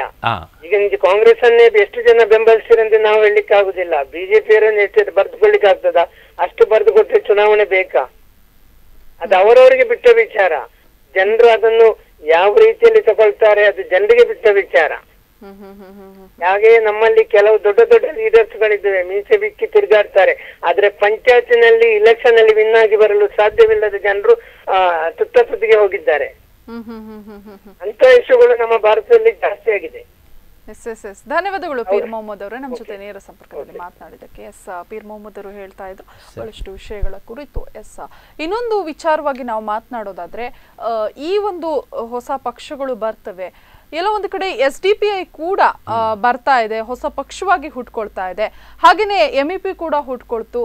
ಇದೆಲ್ಲ ಎಲ್ಲೋ ಒಂದು ಕಡೆ ಕಾಂಗ್ರೆಸ್ನ ಮತವನ್ನ ಹೇಳ್ಕೊಳ್ಳಿಕ್ಕೆ ಬರ್ತಾ ಇದೆಯಾ ಅನ್ನೋಂಥದ್ದು ಬಹಳಷ್ಟು ಸಂದೇಹಗಳು. ಯಾಕಂದ್ರೆ ಕಾಂಗ್ರೆಸ್ ಯಾವತ್ತು ಅಲ್ಪಸಂಖ್ಯಾತರ ಓಟ್ಗಾಗಿ ಬಹಳಷ್ಟು ಏನು ಸರ್ಕಸ್ ಮಾಡುತ್ತೆ, ಅದು ಇದು ಆರೋಪ ಪ್ರತ್ಯಾರೋಪ ದಿನನಿತ್ಯ ನಾವು ಕೇಳ್ತಾ ಇರ್ತೇವೆ. ಕಾಂಗ್ರೆಸ್ ಮತೀಯವಾದಿ, ಕಾಂಗ್ರೆಸ್ ಕೇವಲ ಮುಸ್ಲಿಂ ವೋಟ್ ಅಥವಾ ಮುಸ್ಲಿಂ ವೋಟ್ ಬ್ಯಾಂಕ್ ಅನ್ನ ಗಳಿಸ್ಲಿಕ್ಕೋಸ್ಕರನೇ ಮುಸ್ಲಿಮರನ್ನ ಓಲೈಸ್ತದೆ ಅನ್ನುವಂಥದ್ದು. ಹಾಗಾದ್ರೆ SDPI MEP ಅನ್ನುವಂತಹ ಪಕ್ಷಗಳು ಹೊಸದಾಗಿ ಹುಟ್ಕೊಂಡಿರುವಂಥದ್ದು ಎಲ್ಲೋ ಒಂದು ಕಡೆ ನೇರವಾಗಿ ಕಾಂಗ್ರೆಸ್ನ ಮತಬುಟ್ಟಿಗೆ ಕೈ ಹಾಕ್ತಾ ಇದೆ ಅನ್ನುವಂತಹ ಗೊಂದಲಗಳು ಕೂಡ ಕಾಡ್ತವೆ.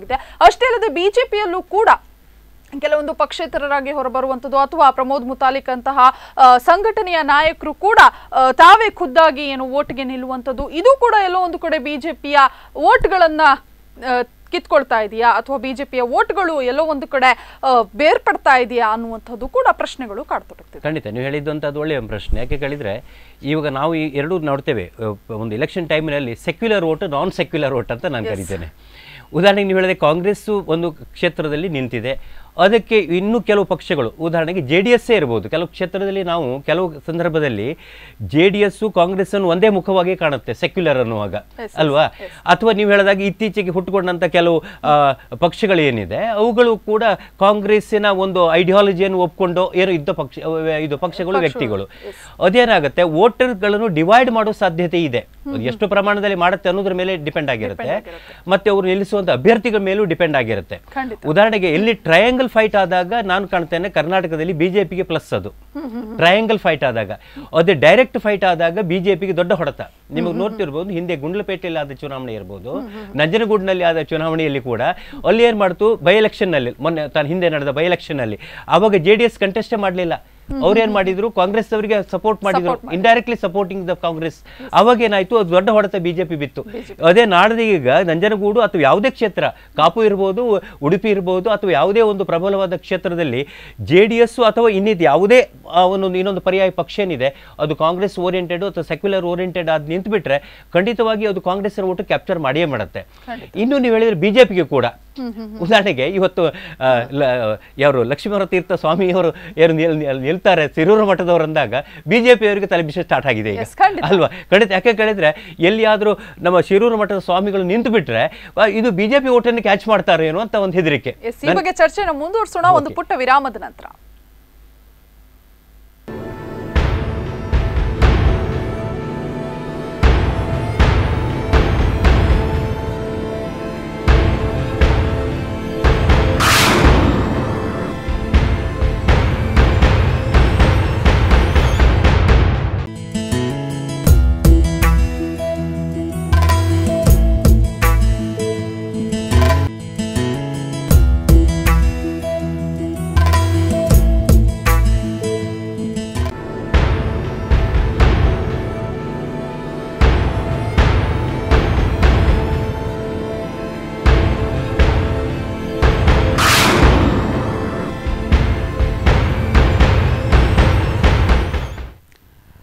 ಕರೆಂಟ್ ಅಫೇರ್ಸ್ಗೆ ಮತ್ತೊಮ್ಮೆ ಸ್ವಾಗತ. ನಾವು ನಮ್ಮ ಅತಿಥಿ ಜೊತೆ ಇವತ್ತು ಕರ್ನಾಟಕದ ಕದನ, ಅದರಲ್ಲೂ ಕೂಡ ಚುನಾವಣಾ ಕದನದ ವಿಶ್ಲೇಷಣೆ ಹಾಗೂ ಏನಾಗಬಹುದು ಮುಂದಿನ ರಿಸಲ್ಟ್, ಎಲ್ಲದರ ಕುರಿತು ನಾವು ಚರ್ಚೆ ಮಾಡ್ತಾ ಇದ್ವಿ. ನೀವು ಕೂಡ ನಿಮ್ಮ ಅಭಿಪ್ರಾಯವನ್ನ ನಮ್ಮ ಕೆಳಬಂದಂತಹ ನಂಬರ್ಗೆ ಕರೆ ಮಾಡಿ ತಿಳಿಸಬಹುದು. ನಮ್ಮ ಅತಿಥಿ ಆದಂತಹ ಸುರೇಂದ್ರನಾಥ್ ಶೆಟ್ಟಿ ಅವರು ನಮ್ಮ ಜೊತೆ ಇದ್ದಾರೆ. ಈಗಾಗಲೇ ನಾವು ಹೇಳ್ತಾ ಇದ್ರಿ, ಶಿರೂರು ಮಠದ ಸ್ವಾಮಿಗಳು ಪಕ್ಷೇತರರಾಗಿ ನಿಲ್ತೀನಿ, ಇಲ್ಲ ಅಂದ್ರೆ ಬಿಜೆಪಿಯಲ್ಲಿ ನಿಲ್ತೀನಿ ಅನ್ನುವಂಥದ್ದು ಬಹುತೇಕ ಜನರಿಗೆ ಗೊಂದಲ ಇದೆ. ಬಿಜೆಪಿಯಲ್ಲಿ ಇವರು ಚುನಾವಣೆಗೋಸ್ಕರ ನಿಲ್ತಾರಾ ಅಥವಾ ಪಕ್ಷೇತರರಾಗಿ ನಿಲ್ತಾರಾ ಅನ್ನುವಂಥದ್ದು, ಏನಾಗ್ಬೋದು ಸ್ವಾಮಿಗಳು ಒಂದು ವೇಳೆ ಚುನಾವಣೆಗೆ ನಿಂತ್ರೆ ಅನ್ನುವಂಥದ್ದು ಬಹಳಷ್ಟು ಜನರಲ್ಲಿ ಗೊಂದಲ ಇದೆ. ಖಂಡಿತ ಒಂದು ಒಳ್ಳೆಯ ಪ್ರಶ್ನೆ. ಆದರೆ ಪರಮಪೂಜ್ಯ ಸ್ವಾಮೀಜಿಯವರ ಮೇಲೆ ಅತ್ಯಂತ ಆದರದಿಂದ ಮತ್ತು ಗೌರವದಿಂದ ನಾವು ಮಾತಾಡಬೇಕಾಗತ್ತೆ. ಅದೇನು ಗೊತ್ತಿಲ್ಲ. ಯಾಕೆ ಕೇಳಿದರೆ ಇದ್ದಕ್ಕಿದ್ದಾಗೆ ಉಡುಪಿ ಕೃಷ್ಣಮಠ ಅನ್ನುವಂಥದ್ದು ಕರ್ನಾಟಕದಲ್ಲಿ ಆಗಿಂದಾಗೆ ಸುದ್ದಿ ಆಗ್ತಾ ಇರುತ್ತೆ. ಈ ಬಾರಿ ಕೂಡ ಚುನಾವಣೆ ಪರ್ವ ಕಾಲದಲ್ಲಿ ಕೂಡ ಶಿರೂರು ಮಠದ ಸ್ವಾಮೀಜಿಯವರು ನಾವು ನಿಲ್ತೇನೆ ಎನ್ನುವ ಒಂದು ಮಾತಿನೊಂದಿಗೆ ಇನ್ನೊಮ್ಮೆ ಸುದ್ದಿಯಲ್ಲಿ ಇದ್ದಾರೆ. ಎಸ್, ಹಲೋ ಹಲೋ ಹಲೋ, ನಮಸ್ತೆ ಸರ್, ತಮ್ಮ ಹೆಸರು? ಸನಿಲ್ ಅಂತ ಕಾಪಿಂದ. ಎಸ್ ಸರ್, ತಮ್ಮ ಹೆಸರು? ಸನಿಲ್. ಸನಿಲ್, ಎಸ್ ಹೇಳಿ ಸರ್, ಏನ್ ಹೇಳ್ತೀರಾ ಈ ಬಾರಿಯ ಚುನಾವಣೆ ಅಥವಾ ಈ ಬಾರಿಯ ಒಂದು ಪಕ್ಷಗಳ ಬಗ್ಗೆ? ಪಕ್ಷ ಅಂದ್ರೆ ಈ ಬಾರಿ ನಮ್ಮ ಪ್ರಕಾರ ಕಾಂಗ್ರೆಸ್ ಮೆಜಾರಿಟಿ ಬರೋ ಸಾಧ್ಯತೆ ಇದೆ. ಮೆಜಾರಿಟಿ ಬರೆದಿದ್ರೆ ಸಹ ಒಂದು 90-100 ಹತ್ರ ಬಂದು JDS ಸಪೋರ್ಟ್ ತಗೊಂಡು ಮಾಡ್ಬೋದು. 120 ಹೋಗೋ ಸಾಧ್ಯತೆ ಇದೆ. ಯಾಕಂದ್ರೆ ಸ್ವಲ್ಪ ಒಳ್ಳೆ ಎಲ್ಲ ನೋಡುವಾಗೆಲ್ಲ ಒಳ್ಳೆ ತರ ಕಾಣ್ತಾ ಇದೆ, ಒಳ್ಳೆ ಬೆಳವಣಿಗೆ. ಮತ್ತೆ ನಮ್ಮ ದಕ್ಷಿಣ ಕನ್ನಡ, ಉಡುಪಿ ಸಹ ಕ್ಯಾಂಡಿಡೇಟ್ಸ್ ಎಲ್ಲ ಒಳ್ಳೇದಿದ್ದಾರೆ. ಸೋಲಿಸ್ಲಿಕ್ಕೆ ಅಷ್ಟು ಈಸಿ ಇಲ್ಲ ಯಾವ ಕ್ಷೇತ್ರದಲ್ಲಿ ನೋಡಿದ್ರೆ. ಅಂದ್ರೆ ಮಂಗಳೂರು, ಉತ್ತರ, ದಕ್ಷಿಣ, ಬಂಟ್ವಾಳ, ಕಾಪು ಎಲ್ಲ ಕಾಂಗ್ರೆಸ್ ಕ್ಯಾಂಡಿಡೇಟ್ ಸ್ಟ್ರಾಂಗ್ ಇದ್ದಾರೆ, ಡೆವಲಪ್ಮೆಂಟ್ ವರ್ಕ್ ಮಾಡಿದ್ದಾರೆ. ಎಲ್ಲಾ ಕ್ಷೇತ್ರದಲ್ಲಿ ಅವರ ಹೆಸರು ಒಳ್ಳೇದಾಗಿದೆ. ಬಿಜೆಪಿ ಅಂದ್ರೆ ಅದೇ ಸ್ವಲ್ಪ ಪೋಲರೈಸೇಷನ್ ಅಲ್ಲಿ ಮಾಡಿ ಗೆಲ್ಬೇಕಷ್ಟೇ, ಬೇರೆಯವರಿಗೆ ಚಾನ್ಸಸ್ ಅಷ್ಟು ಕಮ್ಮಿ. ಅವರದ್ದು ಸಹ ಸ್ಟ್ರಾಂಗ್ ಕ್ಯಾಂಡಿಡೇಟ್ಸ್ ಎಲ್ಲಿ ಇಲ್ಲ. ನೀವು ಎಲ್ಲಿ ನೋಡಿದ್ರೆ ಸಹ ಬರೀ ಮೋದಿ ವೇವ್ ಅಷ್ಟೇ, ಅದಕ್ಕೋಸ್ಕರ ವೋಟ್ ಹಾಕ್ಬೇಕು ಬಿಟ್ರೆ ಅವ್ರ ಹತ್ರ ಬೇರೆ ಕಾರಣವೇ ಇಲ್ಲ. ಹಾಗೆ ಕಾಂಗ್ರೆಸ್ಗೆ ಸ್ವಲ್ಪ ಚಾನ್ಸಸ್ ಜಾಸ್ತಿ ಇದೆ. ಧನ್ಯವಾದಗಳು ಸರ್, ನಮ್ಮ ಜೊತೆ ನೇರ ಸಂಪರ್ಕದಲ್ಲಿ ಮಾತನಾಡಿದ್ದಕ್ಕೆ. ಹೇಳ್ತಾ ಇದ್ರು ಕಾಂಗ್ರೆಸ್ ಮೆಜಾರಿಟಿ ಬರಬಹುದು ಅನ್ನುವಂಥದ್ದು. ಅವರ ಅಭಿಪ್ರಾಯವನ್ನು ಅವರು ತಿಳಿಸಿದ್ದಾರೆ. ಸರಿ, ಖಂಡಿತ ನಾವು ಕೂಡ ಗೌರವಿಸಲೇಬೇಕು. ನೀವು ಹೇಳಿದ್ರೆ ಸ್ವಾಮಿ ಶಿರೂರು ಮಠದ ಸ್ವಾಮಿಯವರು ಸ್ಪರ್ಧಿಸ್ತಾ ಇದ್ದಾರೆ ಅಂತ ಅಂದ್ರೆ ಒಂದು ಅನ್ಸುತ್ತೆ, ಸ್ವಾಮಿಯವರ ಒಂದು ಕಂಟೆಸ್ಟ್ ಮಾಡ್ತಾನೆ ಅನ್ನೋದೇ ಒಂದು ದೊಡ್ಡ ಸುದ್ದಿ. ಅವ್ರು ಗೆಲ್ತಾರೆ ಸೋಲ್ತಾರೆ, ಯಾವ ಪಕ್ಷ ಸೇಲ್ತಾರೆ ಅನ್ನೋದು ಎರಡನೇ ಸೆಕೆಂಡರಿ ಅದು ಅಲ್ವಾ. ಇನ್ನೊಂದು ಅನ್ಸುತ್ತೆ ನನಗೆ, ಇನ್ನೇನು ಕೇಳಿದ್ರೆ ಒಂದು ವೇಳೆ ಅವರು ನಿಂತರು ಅಂತ ಹೇಳಿದ್ರೆ ಸೋಲ್ಲಿ ಗೆಲ್ಲಿ ಕೃಷ್ಣ ಮಠದ ಇತಿಹಾಸದಲ್ಲಿ ಒಂದು ಹೊಸ ದಾಖಲೆ ಆಗುತ್ತೆ. ಸ್ವಾಮಿಯವರು ಇಲೆಕ್ಷನ್ ನಿಂತರು, ಸೋತ್ರೋ ಗೆದ್ರು ಅನ್ನೋದೇ ಒಂದು ಹೊಸ ದಾಖಲೆ ಆಗುತ್ತೆ. ಇನ್ನೊಂದು ನನಗೆ ಅನಿಸುವ ಪ್ರಕಾರ ಅವರು ಯಾವುದೋ ಒಂದು ಪ್ರಚಾರದ ದೃಷ್ಟಿಯಿಂದ ನಿಂತಿರಬಹುದು ಅಂತ ಕಾಣುತ್ತೆ ಬಿಟ್ರೆ, ಅಂದ್ರೆ ಕಂಟೆಸ್ಟ್ ಮಾಡೋಲ್ಲ ಅಂತ ಅನ್ಸುತ್ತೆ. ಖಂಡಿತವಾಗಿ ಅವರು ಪುನಃ ವಿಮರ್ಶೆ ಮಾಡ್ಕೊಳ್ತಾರೆ. ಅವರು ಖಂಡಿತವಾಗಿ ಅವರು ಸ್ಪರ್ಧೆ ಮಾಡಲಿಕ್ಕಿಲ್ಲ ಅಂತ ನನ್ನ ಭಾವನೆ. ಇನ್ನೊಂದು ನನಗನ್ಸುತ್ತೆ ಅವರಲ್ಲಿ ಒಂದು ರೀತಿಯ ಗೊಂದಲ ಇದೆ. ಏನು ಕೇಳಿದರೆ ಕೆಲವು ಸಂದರ್ಭ ಹೇಳ್ತಾರೆ ಬಿಜೆಪಿ ಏನು ಕೆಲಸ ಮಾಡಿಲ್ಲ ಅಂತಾರೆ, ಇನ್ನು ಕೆಲವು ಹೇಳ್ತಾರೆ ಬಿಜೆಪಿ ಸೀಟ್ ಕೊಟ್ಟರೆ ನಾನು ಕಂಟೆಸ್ಟ್ ಮಾಡ್ತೇನೆ ಅಂತಾರೆ. ಅಂದ್ರೆ ಆ ರೀತಿಯ ಗೊಂದಲದಲ್ಲಿಯೇ ಸ್ವಾಮಿಯವರು ಇದ್ದಾರೆ. ಅದನ್ನು ನಾವು ಪರಿಶೀಲಿಸಬೇಕಾಗತ್ತೆ. ಇನ್ನೊಂದು ಕಡೆ ಕಾಣುತ್ತೆ ಅವರು ಮೊದಲಿಂದ ಕೂಡ ಸ್ವಾಮಿಯವರು ಮೊದಲು ಕೂಡ ಎಲ್ಲೊಂದು ರೀತಿ ಪ್ರಚಾರದ ಹಿಂದೆ ಹೋದಾಗ್ತದೆ. ಅವರು ಡ್ರಮ್ ಬಾರಿಸುವುದು ಇಡ್ಬೋದು, ಈಜುಕೊಳಕ್ಕೆ ಹಾರಿ ಈಜು ಸ್ಪರ್ಧೆಯನ್ನು ಮಾಡಿದವರು, ಅಥವಾ ಹಿಂದೆ ಪ್ರಮೋದ್ ಮಧ್ವರಾಜ್ರವರ ಒಂದು ಬೈಕ್ ರ್ಯಾಲಿಯನ್ನು ಉದ್ಘಾಟನೆ ಮಾಡಿದವರು, ಲಾಲಾಜಿ ಮೆಂಡ್ರವರಿಗೆ ಆಶೀರ್ವಾದ ಮಾಡಿದವರು, ಅಂದ್ರೆ ಎಲ್ಲೋ ಒಂದು ರೀತಿ ರಾಜಕೀಯವಾಗಿ ಹತ್ತಿರ ಇಟ್ಕೊಂಡವರು. ಅದು ಒಂದು. ಇನ್ನೊಂದು ಅನ್ಸುತ್ತೆ. ಎಸ್, ಹಲೋ ಹಲೋ, ನಮಸ್ತೆ, ತಮ್ಮ ಹೆಸರು? ನಮಸ್ತೆ, ಅಣ್ಣಪ್ಪ ಅಂತ ಹೇಳಿ ಉಡುಪಿನಿಗೆ. ಎಸ್ ಅಣ್ಣಪ್ಪ ಅವರೇ, ಹೇಳಿ, ಏನ್ ಹೇಳ್ತೀರಾ ಕರ್ನಾಟಕದ ಕದನ ಅಥವಾ ಕರ್ನಾಟಕ ಕದನದಲ್ಲಿ ನಾನು ಸಾರಿ ಉಡುಪಿ ವಿಷಯವನ್ನಷ್ಟೇ ಮಾತಾಡೋದಲ್ಲಿ. ಹೇಳಿ. ಹಲೋ, ಎಸ್ ಹೇಳಿ ಸರ್, ದಯವಿಟ್ಟು ತಮ್ಮ ಮಾತಾಡಬೇಕು ಅಂತ ಹೇಳಿದ್ರೆ ನೋಡಿ, ಮೂರು ಪಾರ್ಟಿಗಳನ್ನು ಬಿಟ್ಟು ಟಿವಿ ವಾಲ್ಯೂಮ್ ಮ್ಯೂಟ್ ಇಡಿ ಸರ್, ಇಲ್ಲಾಂದ್ರೆ ಮೂರು ಪಾರ್ಟಿಗಳನ್ನು ಬಿಟ್ಟು ಬೇರೆ ಎಲ್ಲಾ ಪಾರ್ಟಿಯವರು ರಾಜಕೀಯಕ್ಕಾಗಿ ಒಂದಿದ್ ಮಾಡ್ಕೊಂಡು ಹೊರತು ಕೇವಲ ಬ್ಲಾಕ್ ಮೇಲ್ ಇತ್ತು.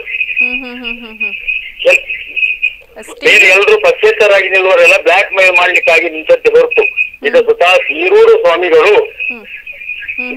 ಸ್ವಾಮಿಗಳದ್ದು ಅವರ ಪತ್ರಿಕಾ ಹೇಳಿಕೆಯಿಂದಲೇ ಗೊತ್ತಾಗ್ತದೆ. ಅವರು ಯಾವುದೇ ಒಂದು ಇದರಲ್ಲಿ ಇದ್ದಿಲ್ಲ. ಅವರಿಗೆ ಸ್ಥಳೀಯ ಬಿಜೆಪಿ ನಾಯಕರ ಮೇಲೆ ಸಿಟ್ಟಿಗಾಗಿ, ಪ್ರಮೋದರ ಮೇಲಿನ ಆಸೆಗಾಗಿ ಕೇವಲ ಇದೊಂದು ಗಿಮಿಕ್ಸ್ ಮಾಡ್ತಾ ಇದ್ದಾರೆ. ನಿಜವಾಗಿ ಅವರಿಗೆ ವೋಟಿಗೆ ನಿಲ್ಲಬೇಕು ಅನ್ನುವಂಥದ್ದಿದ್ರೆ ಸನ್ಯಾಸ ಪೀಠಕ್ಕೆ ರಾಜೀನಾಮೆ ಕೊಟ್ಟು ಅದನ್ನು ತ್ಯಾಗ ಮಾಡ್ಬೇಕು. ಅವ್ರ ಖಾದಿಯನ್ನು ತ್ಯಾಗ ಮಾಡಿ ಖಾದಿಯನ್ನು ತೊಟ್ಟು ರಾಜಕೀಯವನ್ನು ಮಾಡಲಿ ಮಾಡ್ಬೋದು. ಮತ್ತೆ ಜನಸೇವೆ ಮಾಡಬೇಕು ಅನ್ನುವಂತಿದ್ದರೆ ಜನಸೇವೆ ಇದನ್ನೇ ಮಾಡಬೇಕಾಗಿಲ್ಲ. ಸ್ವಾಮಿ ದಯವಿಟ್ಟು ತಿಳಿಯಿರಿ, ಕೃಷ್ಣ ಮಠದ ವಠಾರದಲ್ಲಿ ಮಹಿಳೆಯರಿಗೆ ಒಂದು ಮೂತ್ರ ಮಾಡ್ಲಿಕ್ಕೆ ಮೂತ್ರ ₹2 ಕೊಟ್ಟೆ ಮೂತ್ರ ಮಾಡಬೇಕು.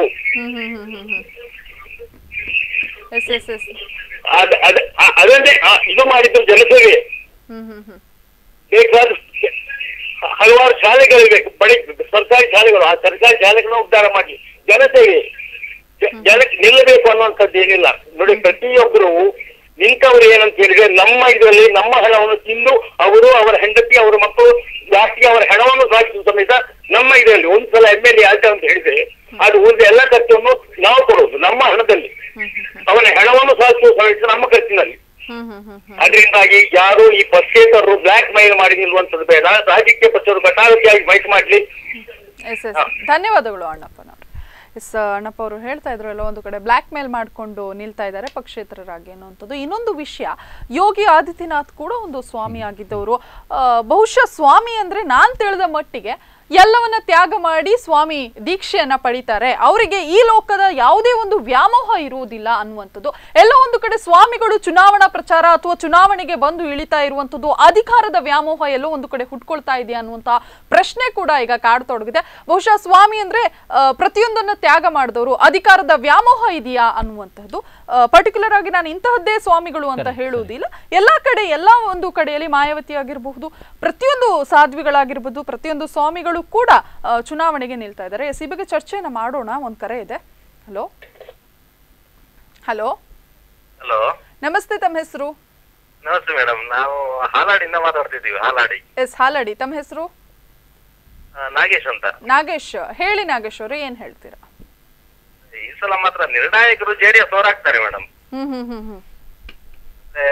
ಬಿಜೆಪಿಯವರು ತಕ್ಕ ಮಟ್ಟಿಗೆ ಸೀಟ್ ತಗೊಳ್ತಾರೆ, ಕಾಂಗ್ರೆಸ್ನವರು ಮ್ಯಾಕ್ಸಿಮಮ್ ಸೀಟ್ ತಗೊಳ್ತಾರೆ. ಮೆಜಾರಿಟಿ ಮಾತ್ರ ಇವರಿಬ್ಬರಿಗೂ ಸಿಗ್ಲಿಕ್ಕಿಲ್ಲ. ಅಲ್ಲಿ ನಿರ್ಣಾಯಕರಾಗಿ JDS ನವರು ಇರ್ತಾರೆ ಅಂತ ನನ್ನ ಅಭಿಪ್ರಾಯ. ಸ್ಪೆಷಲ್ ನಮ್ಮ ಉಡುಪಿ ಜಿಲ್ಲೆಯಲ್ಲೂ ಸಹ, ಉಡುಪಿ ಜಿಲ್ಲೆಯಲ್ಲಿ 2 ಸೀಟ್ ಅಂತೂ ಅದು ಕಾಂಗ್ರೆಸ್ಗೆ ಕಟ್ಟಿದ್ದ ಗೊತ್ತಿ ಬಿಡಿ. ಮತ್ತೆ ಉಳಿದ ಕಡೆ ಎಲ್ಲ ಬಿಜೆಪಿ ಗಮನ ಹರಡಬಹುದು. ಧನ್ಯವಾದಗಳು ನಾಗೇಶ್ ಅವರೇ, ತಮ್ಮ ಅಭಿಪ್ರಾಯವನ್ನು ಹಂಚಿಕೊಂಡಿದ್ದಕ್ಕೆ. ಎಸ್, ಈ ಕುರಿತಾಗಿ ನಾವು ಮಾತನಾಡ್ತಾ ಇದ್ವಿ. ಸ್ವಾಮಿಗಳು ವೋಟ್ ಅಥವಾ ಎಲೆಕ್ಷನ್ಗೆ ನಿಲ್ಲುವಂಥದ್ದು ಕುರಿತು ಏನು ಹೇಳ್ತೀರಾ ಸರ್? ಅಂದರೆ ನೀವು ಒಂದು ಉದಾಹರಣೆ ಕೊಟ್ರಿ. ಯಾಕೆ ಕೇಳಿದರೆ, ನೀವು ಹೇಳಿದಾಗೆ ಹೊಸ ಟ್ರೆಂಡ್ ಹುಟ್ಕೊಳ್ಳಿಕ್ಕೂ ಕಾರಣ ಅಲ್ಲಿ ಉತ್ತರ ಪ್ರದೇಶದ ಯೋಗಿ ಆದಿತ್ಯನಾಥ್ ಕಾರಣ ಇರ್ಬೋದು. ಆದರೆ ಯೋಗಿ ಆದಿತ್ಯನಾಥರವರದ್ದು ಇನ್ನೊಂದು ಥರ ಹೋರಾಟ ಅವ್ರದ್ದು. ಮೊದಲೇ ರಾಜಕೀಯದ ಹೊರ ಇದ್ದು ಒಂದು ಫೈರ್ ಬ್ರ್ಯಾಂಡ್ ರಾಜಕಾರಣಿ ಆಗಿದ್ದವರು ಅವರು. ಸ್ವಾಮಿ ಹೌದು, ರಾಜಕಾರಣಿ ಹೌದು, ಎರಡನ್ನೂ ಮೈಗೂಡಿಸ್ಕೊಂಡು ಒಟ್ಟಿಗೆ ಹೋದವರು.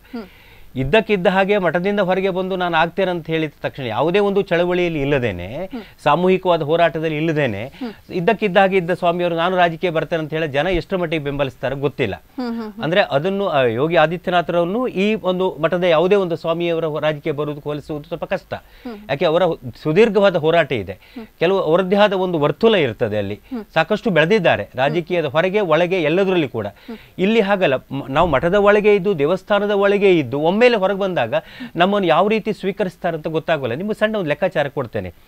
ಇವತ್ತು ಶಿರೂರು ಮಠ ಸ್ವಾಮಿಯವರು ಹೇಳಿದ್ರು, ಉಡುಪಿಯಲ್ಲಿ ಸುಮಾರು 2 ಲಕ್ಷ ವರ್ತದಾರರಿದ್ದಾರೆ, ನಾವು 3 ಜನ ಸ್ಪರ್ಧಿಸಿದ್ರೆ ನನಗೆ 80,000 ಬರುತ್ತೆ, ಇನ್ನೊಬ್ಬರಿಗೆ 80,000 ಬರುತ್ತೆ, ಇನ್ನೊಂದು 80,000 ಬರುತ್ತೆ ಅಂತ ಹೇಳಿದ್ರು. ನನಗೆ ಯಾವ ಥರದಲ್ಲಿ ಅವರು 80,000 ಲೆಕ್ಕಾಚಾರ ಹಾಕಿದ್ರೆ ಗೊತ್ತಿಲ್ಲ. ಅಂದರೆ ನನ್ನ ಪ್ರಕಾರ ಪೊಲಿಟಿಕಲ್ ಒಂದು calculation entirely it is a wrong calculation. ಯಾಕೆ ಕೇಳಿದ್ರೆ ಅವರು 80,000 ಒಂದು ಕಾಂಗ್ರೆಸ್ ಬರ್ತದೆ, 80 ಬಿಜೆಪಿ ಬರುತ್ತೆ, ಉಳಿದ 80 ನನಗೆ ಬರುತ್ತೆ ಅಂತ ಹೇಳಿದೆ. ಯಾವ ರೀತಿಯಲ್ಲಿ 80 ಬರುತ್ತೆ ಗೊತ್ತಿಲ್ಲ, ಯಾವ ಆಸೆಯಲ್ಲಿ ಇಟ್ಟುಕೊಂಡ್ರೆ ಗೊತ್ತಿಲ್ಲ. ಅಂತೂ ನನಗನ್ಸುತ್ತೆ ಮಠದ ಸ್ವಾಮಿಯವರು ಇಲ್ಲಿ ಉಡುಪಿ ಮಟ್ಟಿಗೆ ಹೇಳಬೇಕಾದ್ರೆ ಮಠದ ಸ್ವಾಮಿಯವರನ್ನು ಅಥವಾ ಅವರ ಒಂದು ಸೇವೆ ಏನಿದೆ ಖಂಡಿತವಾಗಿ ನಾವು ಭಕ್ತಿಪೂರ್ವಕವಾಗಿ ಸ್ವೀಕರಿಸ್ತೇವೆ. ಅದು ಕೃಷ್ಣನ ಸಾನ್ನಿಧ್ಯದಲ್ಲಿ ನಾವು ಸೇವೆ ನಿರೀಕ್ಷೆ ಮಾಡ್ತೇವೆ ಬಿಟ್ರೆ ವಿಧಾನಸೌಧದ ಒಳಗಲ್ಲ, ಅಥವಾ ವಿಧಾನಸೌಧದವರು ಕೃಷ್ಣ ಮಠದ ಒಳಗೆ ಬರುವುದು ಬೇಡ. ಅಂದ್ರೆ ಎರಡನ್ನು ನಾವು ನೋಡ್ಕೊಳ್ಬೇಕಾಗತ್ತೆ. ಅದರ ಮತದಾರರು ತುಂಬಾ ಬುದ್ಧಿವಂತರು, ಯಾರನ್ನು ಎಲ್ಲಿ ಕೂರಿಸಬೇಕು, ಹೇಗೆ ಭಕ್ತಿ ಪೂರ್ವಕವಾಗಿ ಹೊಂದಿಸಬೇಕು ಅನ್ನೋ ಜನರಿಗೆ ಗೊತ್ತಿದೆ. ಆ ಪೂರ್ವಕವಾಗಿ ನಾವು ಅರ್ಥ ಮಾಡಿಕೊಂಡ್ರೆ ನಾವು ಬುದ್ಧಿವಂತರಾಗ್ತೇವೆ, ಇಲ್ದಿದ್ರೆ ನಾವು ದಡ್ಡರಾಗ್ತೇವೆ. ಖಂಡಿತವಾಗಿ ಹಾಗಂತ ಇನ್ನು ವಜ್ರದೇವಿ ಇನ್ನೊಬ್ರು ಇದ್ದಾರೆ ಬಂಟ್ವಾಳದಲ್ಲಿ ಕೂಡ, ಅವರು ಕೂಡ ಆಕಾಂಕ್ಷಿಗಳೇ. ಅಂದರೆ ಎಲ್ಲೊಂದು ರೀತಿಯ ಫೈರ್ ಬ್ರ್ಯಾಂಡ್ ಆಗಿ ಇದು ನೀವು ಹೇಳಿದಾಗೆ ಎಲ್ಲ ಈ ಒಂದು ರೀತಿಯ ಹಿಂದಿನ ಕೆಲವೊಂದು ಯೋಗಿಗಳಿರ್ಬೋದು, ಇವರೆಲ್ಲ ಇವ್ರ ಮೇಲೆ ಪ್ರೇರಕ ಶಕ್ತಿ ಮಾಡಿದ್ದಾರೆ. ಖಂಡಿತ ಅವರ ವರ್ಚಸ್ಸಿನ ಮೇಲೆ ಗೆಲ್ಲುವಂತಹದ್ದು ಖಂಡಿತ. ಅದನ್ನು ಈಗ ಎಲ್ಲ ಪಕ್ಷಗಳನ್ನ ನೋಡಿದ್ರೆ ಭರಪೂರ ಪ್ರಚಾರದಲ್ಲಿದ್ದಾರೆ. ಯಾವ ಪಕ್ಷದವರು ಇವತ್ತು ಪಾದಯಾತ್ರೆ, ಇವತ್ತು ಸಮಾವೇಶ, ಇವತ್ತು ರ್ಯಾಲಿ ಅನ್ನುವಂಥದ್ದನ್ನ ತೊಡಗಿದ್ದಾರೆ. ಈ ಕುರಿತಾಗಿ ಚರ್ಚೆ ಮಾಡೋಣ ಪಕ್ಷದ ಒಂದು ಸಮಾವೇಶಗಳು ಅಥವಾ ಪ್ರಚಾರದ ಬಗ್ಗೆ. ಈ ಕುರಿತಾದ ಒಂದು ಕರೆ ಇದೆ. ಹಲೋ ಹಲೋ ಹಲೋ, ತಮ್ಮ ಹೆಸರು? ನನ್ನ ಹೆಸರು ಶಶಿಕಾಂತ್ ಶೆಣೆ ಅಂತ ಹೇಳಿ, ನಾನು ಮತ್ತೆ ಸುರೇಂದ್ರ ಶೆಟ್ಟರ್ ಕ್ಲಾಸ್ಮೇಟ್. ನಮಸ್ಕಾರ ಸರ್ ಶೆಣೆ ಅವರು. ನಮಸ್ಕಾರ. ಹೇಳಿ ಸರ್. ಹೇಳಿ ಶೆಣೆ ಅವರೇ. ಸುರೇಂದ್ರ ಶೆಟ್ಟರ್ ನಮಸ್ತೆ. ನಮಸ್ಕಾರ ಸರ್. ನಮಸ್ಕಾರ ಶೆಣೆ ಅವರು, ನೋಡಿದ್ರೆ ತುಂಬಾ ಸಮಯ ಆಯ್ತು. ಮಾತಾಡಿ ಸರ್. ಹೇಳಿ ಸರ್. ಸುರೇಂದ್ರ ಶೆಟ್ಟರ್, ನಿಮ್ಮ ಪ್ರಕಾರ ನಿಮ್ಮ ಪ್ರಕಾರ ನಮ್ಮ ಇವರು ಶಿರೂರು ಮಠದ ಸ್ವಾಮಿಗಳು ಓಟಿಗೆ ನಿಲ್ತಾರೆ ಅಂತ ಹೇಳ್ತಾ ಇದ್ದಾರೆ. ನನ್ನದೊಂದು ಅಭಿಪ್ರಾಯ ಏನಂತ ಹೇಳಿ, ಆಡುವವರ ಮಕ್ಕಳೇ ಆಡ್ಬೇಕು, ಬೇಡುವವರ ಮಕ್ಕಳೇ ಬೇಡಬೇಕು. ಆಡುವವರು ಹೋಗಿ ಬೇಡಿದ್ರೆ ದುಡ್ಡು ಸಿಗುದಿಲ್ಲ, ಬೇಡುವವರು ಹೋದ್ರೆ ಆಡಿದ್ರೆ ಆಟ ಆಗುದಿಲ್ಲ ಅಂತ ಹೇಳಿ. ಇವರಿಗೆ ನಿಜವಾಗಿ ಇದು ಬೇಡ ಇತ್ತು ಅಂತ ಹೇಳಿ ನನ್ನ ಇದು. ನಾನು ಹೇಳೋದು ನಿಮಗೆ ಪ್ರಶ್ನೆ ಶನಿಯವರೇ. ಅಲ್ಲ ವೇಟ್ ಈಗ ನನಗೆ ಗೊತ್ತುಂಟು. ವೇಟ್ ನೀವು ಈಗ ಕಾಂಗ್ರೆಸ್ ಒಬ್ಬ ಫಾಲೋವರ್ ಇಟ್ಕೊಳ್ಳಿ.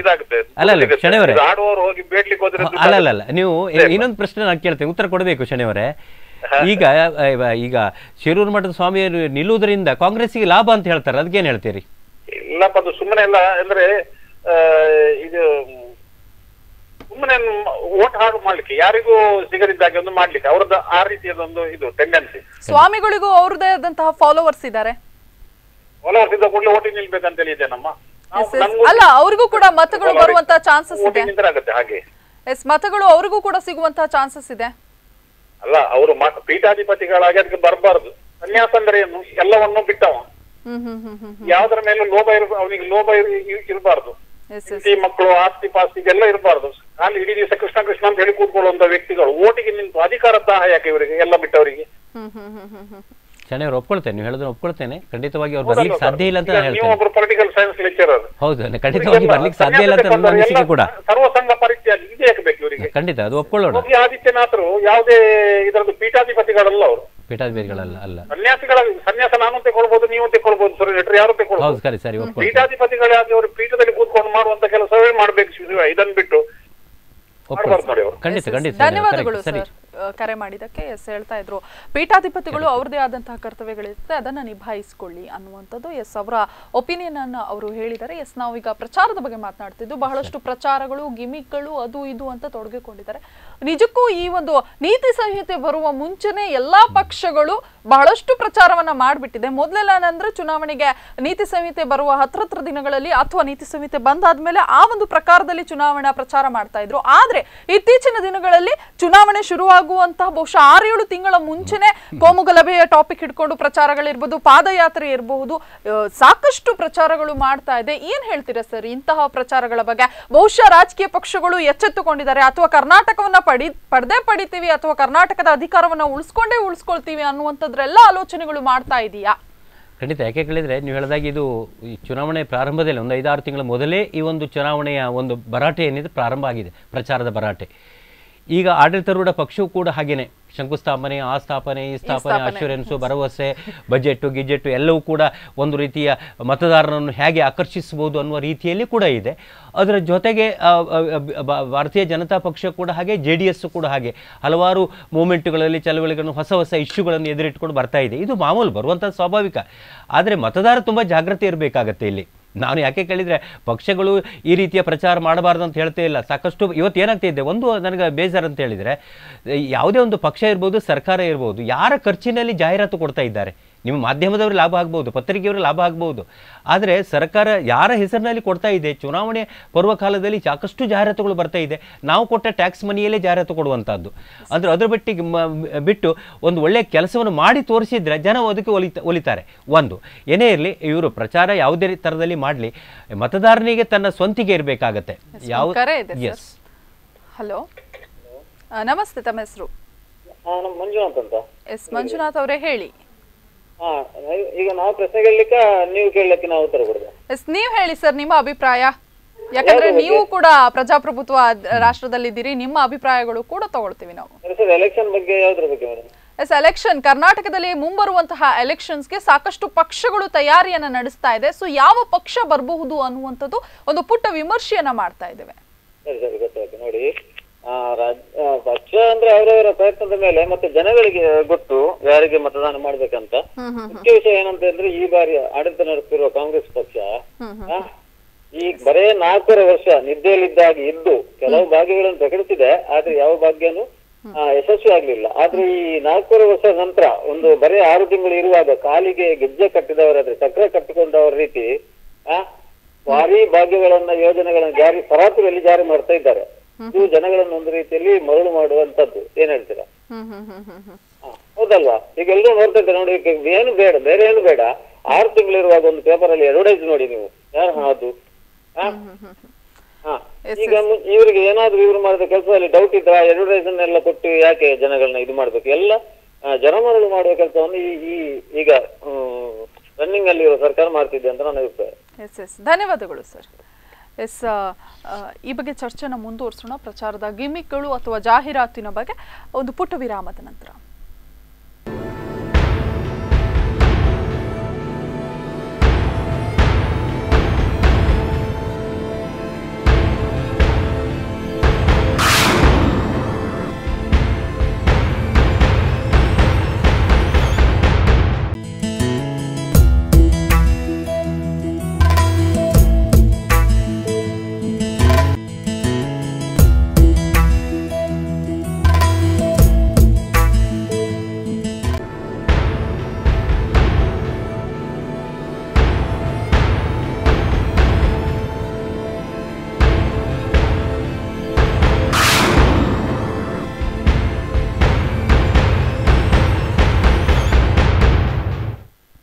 ಕರೆಂಟ್ ಅಫೇರ್ಸ್ಗೆ ಮತ್ತೊಮ್ಮೆ ಸ್ವಾಗತ. ನಾವು ಇವತ್ತು ಸುರೇಂದ್ರನಾಥ್ ಶೆಟ್ಟಿ ಅವರ ಬಗ್ಗೆ, ಅವರೊಂದಿಗೆ ರಾಜಕೀಯ ವಿಶ್ಲೇಷಣೆ ಹಾಗೂ ಯಾವ ಪಕ್ಷಗಳು ಯಾವ್ಯಾವ ರೀತಿ ಗಿಮಿಕ್ಗಳು ಮಾಡ್ತಾ ಇದೆ ಈ ಎಲ್ಲದರ ಬಗ್ಗೆ ಚರ್ಚಿಸ್ತಾ ಇದ್ವಿ. ಎಸ್ ಸರ್, ನಾವು ಚರ್ಚಿಸ್ತಾ ಇದ್ದಂತಹ ವಿಷಯ ಈಗಾಗಲೇ ಜಾಹೀರಾತು ನೀಡುವಂತಹದ್ದು ಪಕ್ಷಗಳು. ಬಹುಶಃ ಕರಾವಳಿ ಜನರಂದ್ರೆ ಎಲ್ಲ ಕರ್ನಾಟಕದಲ್ಲಿ ಹೇಳ್ತಾರೆ ಬಹಳ ಬುದ್ಧಿವಂತರು ಅನ್ನುವಂಥದ್ದು. ಈ ಒಂದು ಬುದ್ಧಿವಂತ ಜಿಲ್ಲೆಗಳಲ್ಲೇ ಕೋಮುಗಲಭೆಯಂತಹ ಟಾಪಿಕ್ಸ್ ಗಳನ್ನ ತಗೊಂಡು ಪಾದಯಾತ್ರೆ ಮಾಡುವಂಥದ್ದು ಅಥವಾ ಸ್ಟ್ರೈಕ್ ಮಾಡುವಂಥದ್ದು ಅಥವಾ ಕೋಮುಗಲಭೆಯನ್ನ ಇಟ್ಕೊಂಡು ತಮ್ಮ ರಾಜಕೀಯ ಬೇಳೆಯನ್ನ ಬೇಯಿಸ್ಕೊಳ್ತಾ ಇದ್ದಾರೆ. ಉತ್ತರ ಕನ್ನಡದ ಆಚೆ ಹೋದ್ರೆ ಮಹಾದಾಯಿ ನದಿಯನ್ನ ಇಟ್ಕೊಂಡು ತಮ್ಮ ರಾಜಕೀಯ ಬೇಳೆ ಬೇಯಿಸ್ಕೊಳ್ತಾ ಇದ್ದಾರೆ. ಜನ ಮರಳಾಗ್ತಾರ ನಿಜಕ್ಕೂ?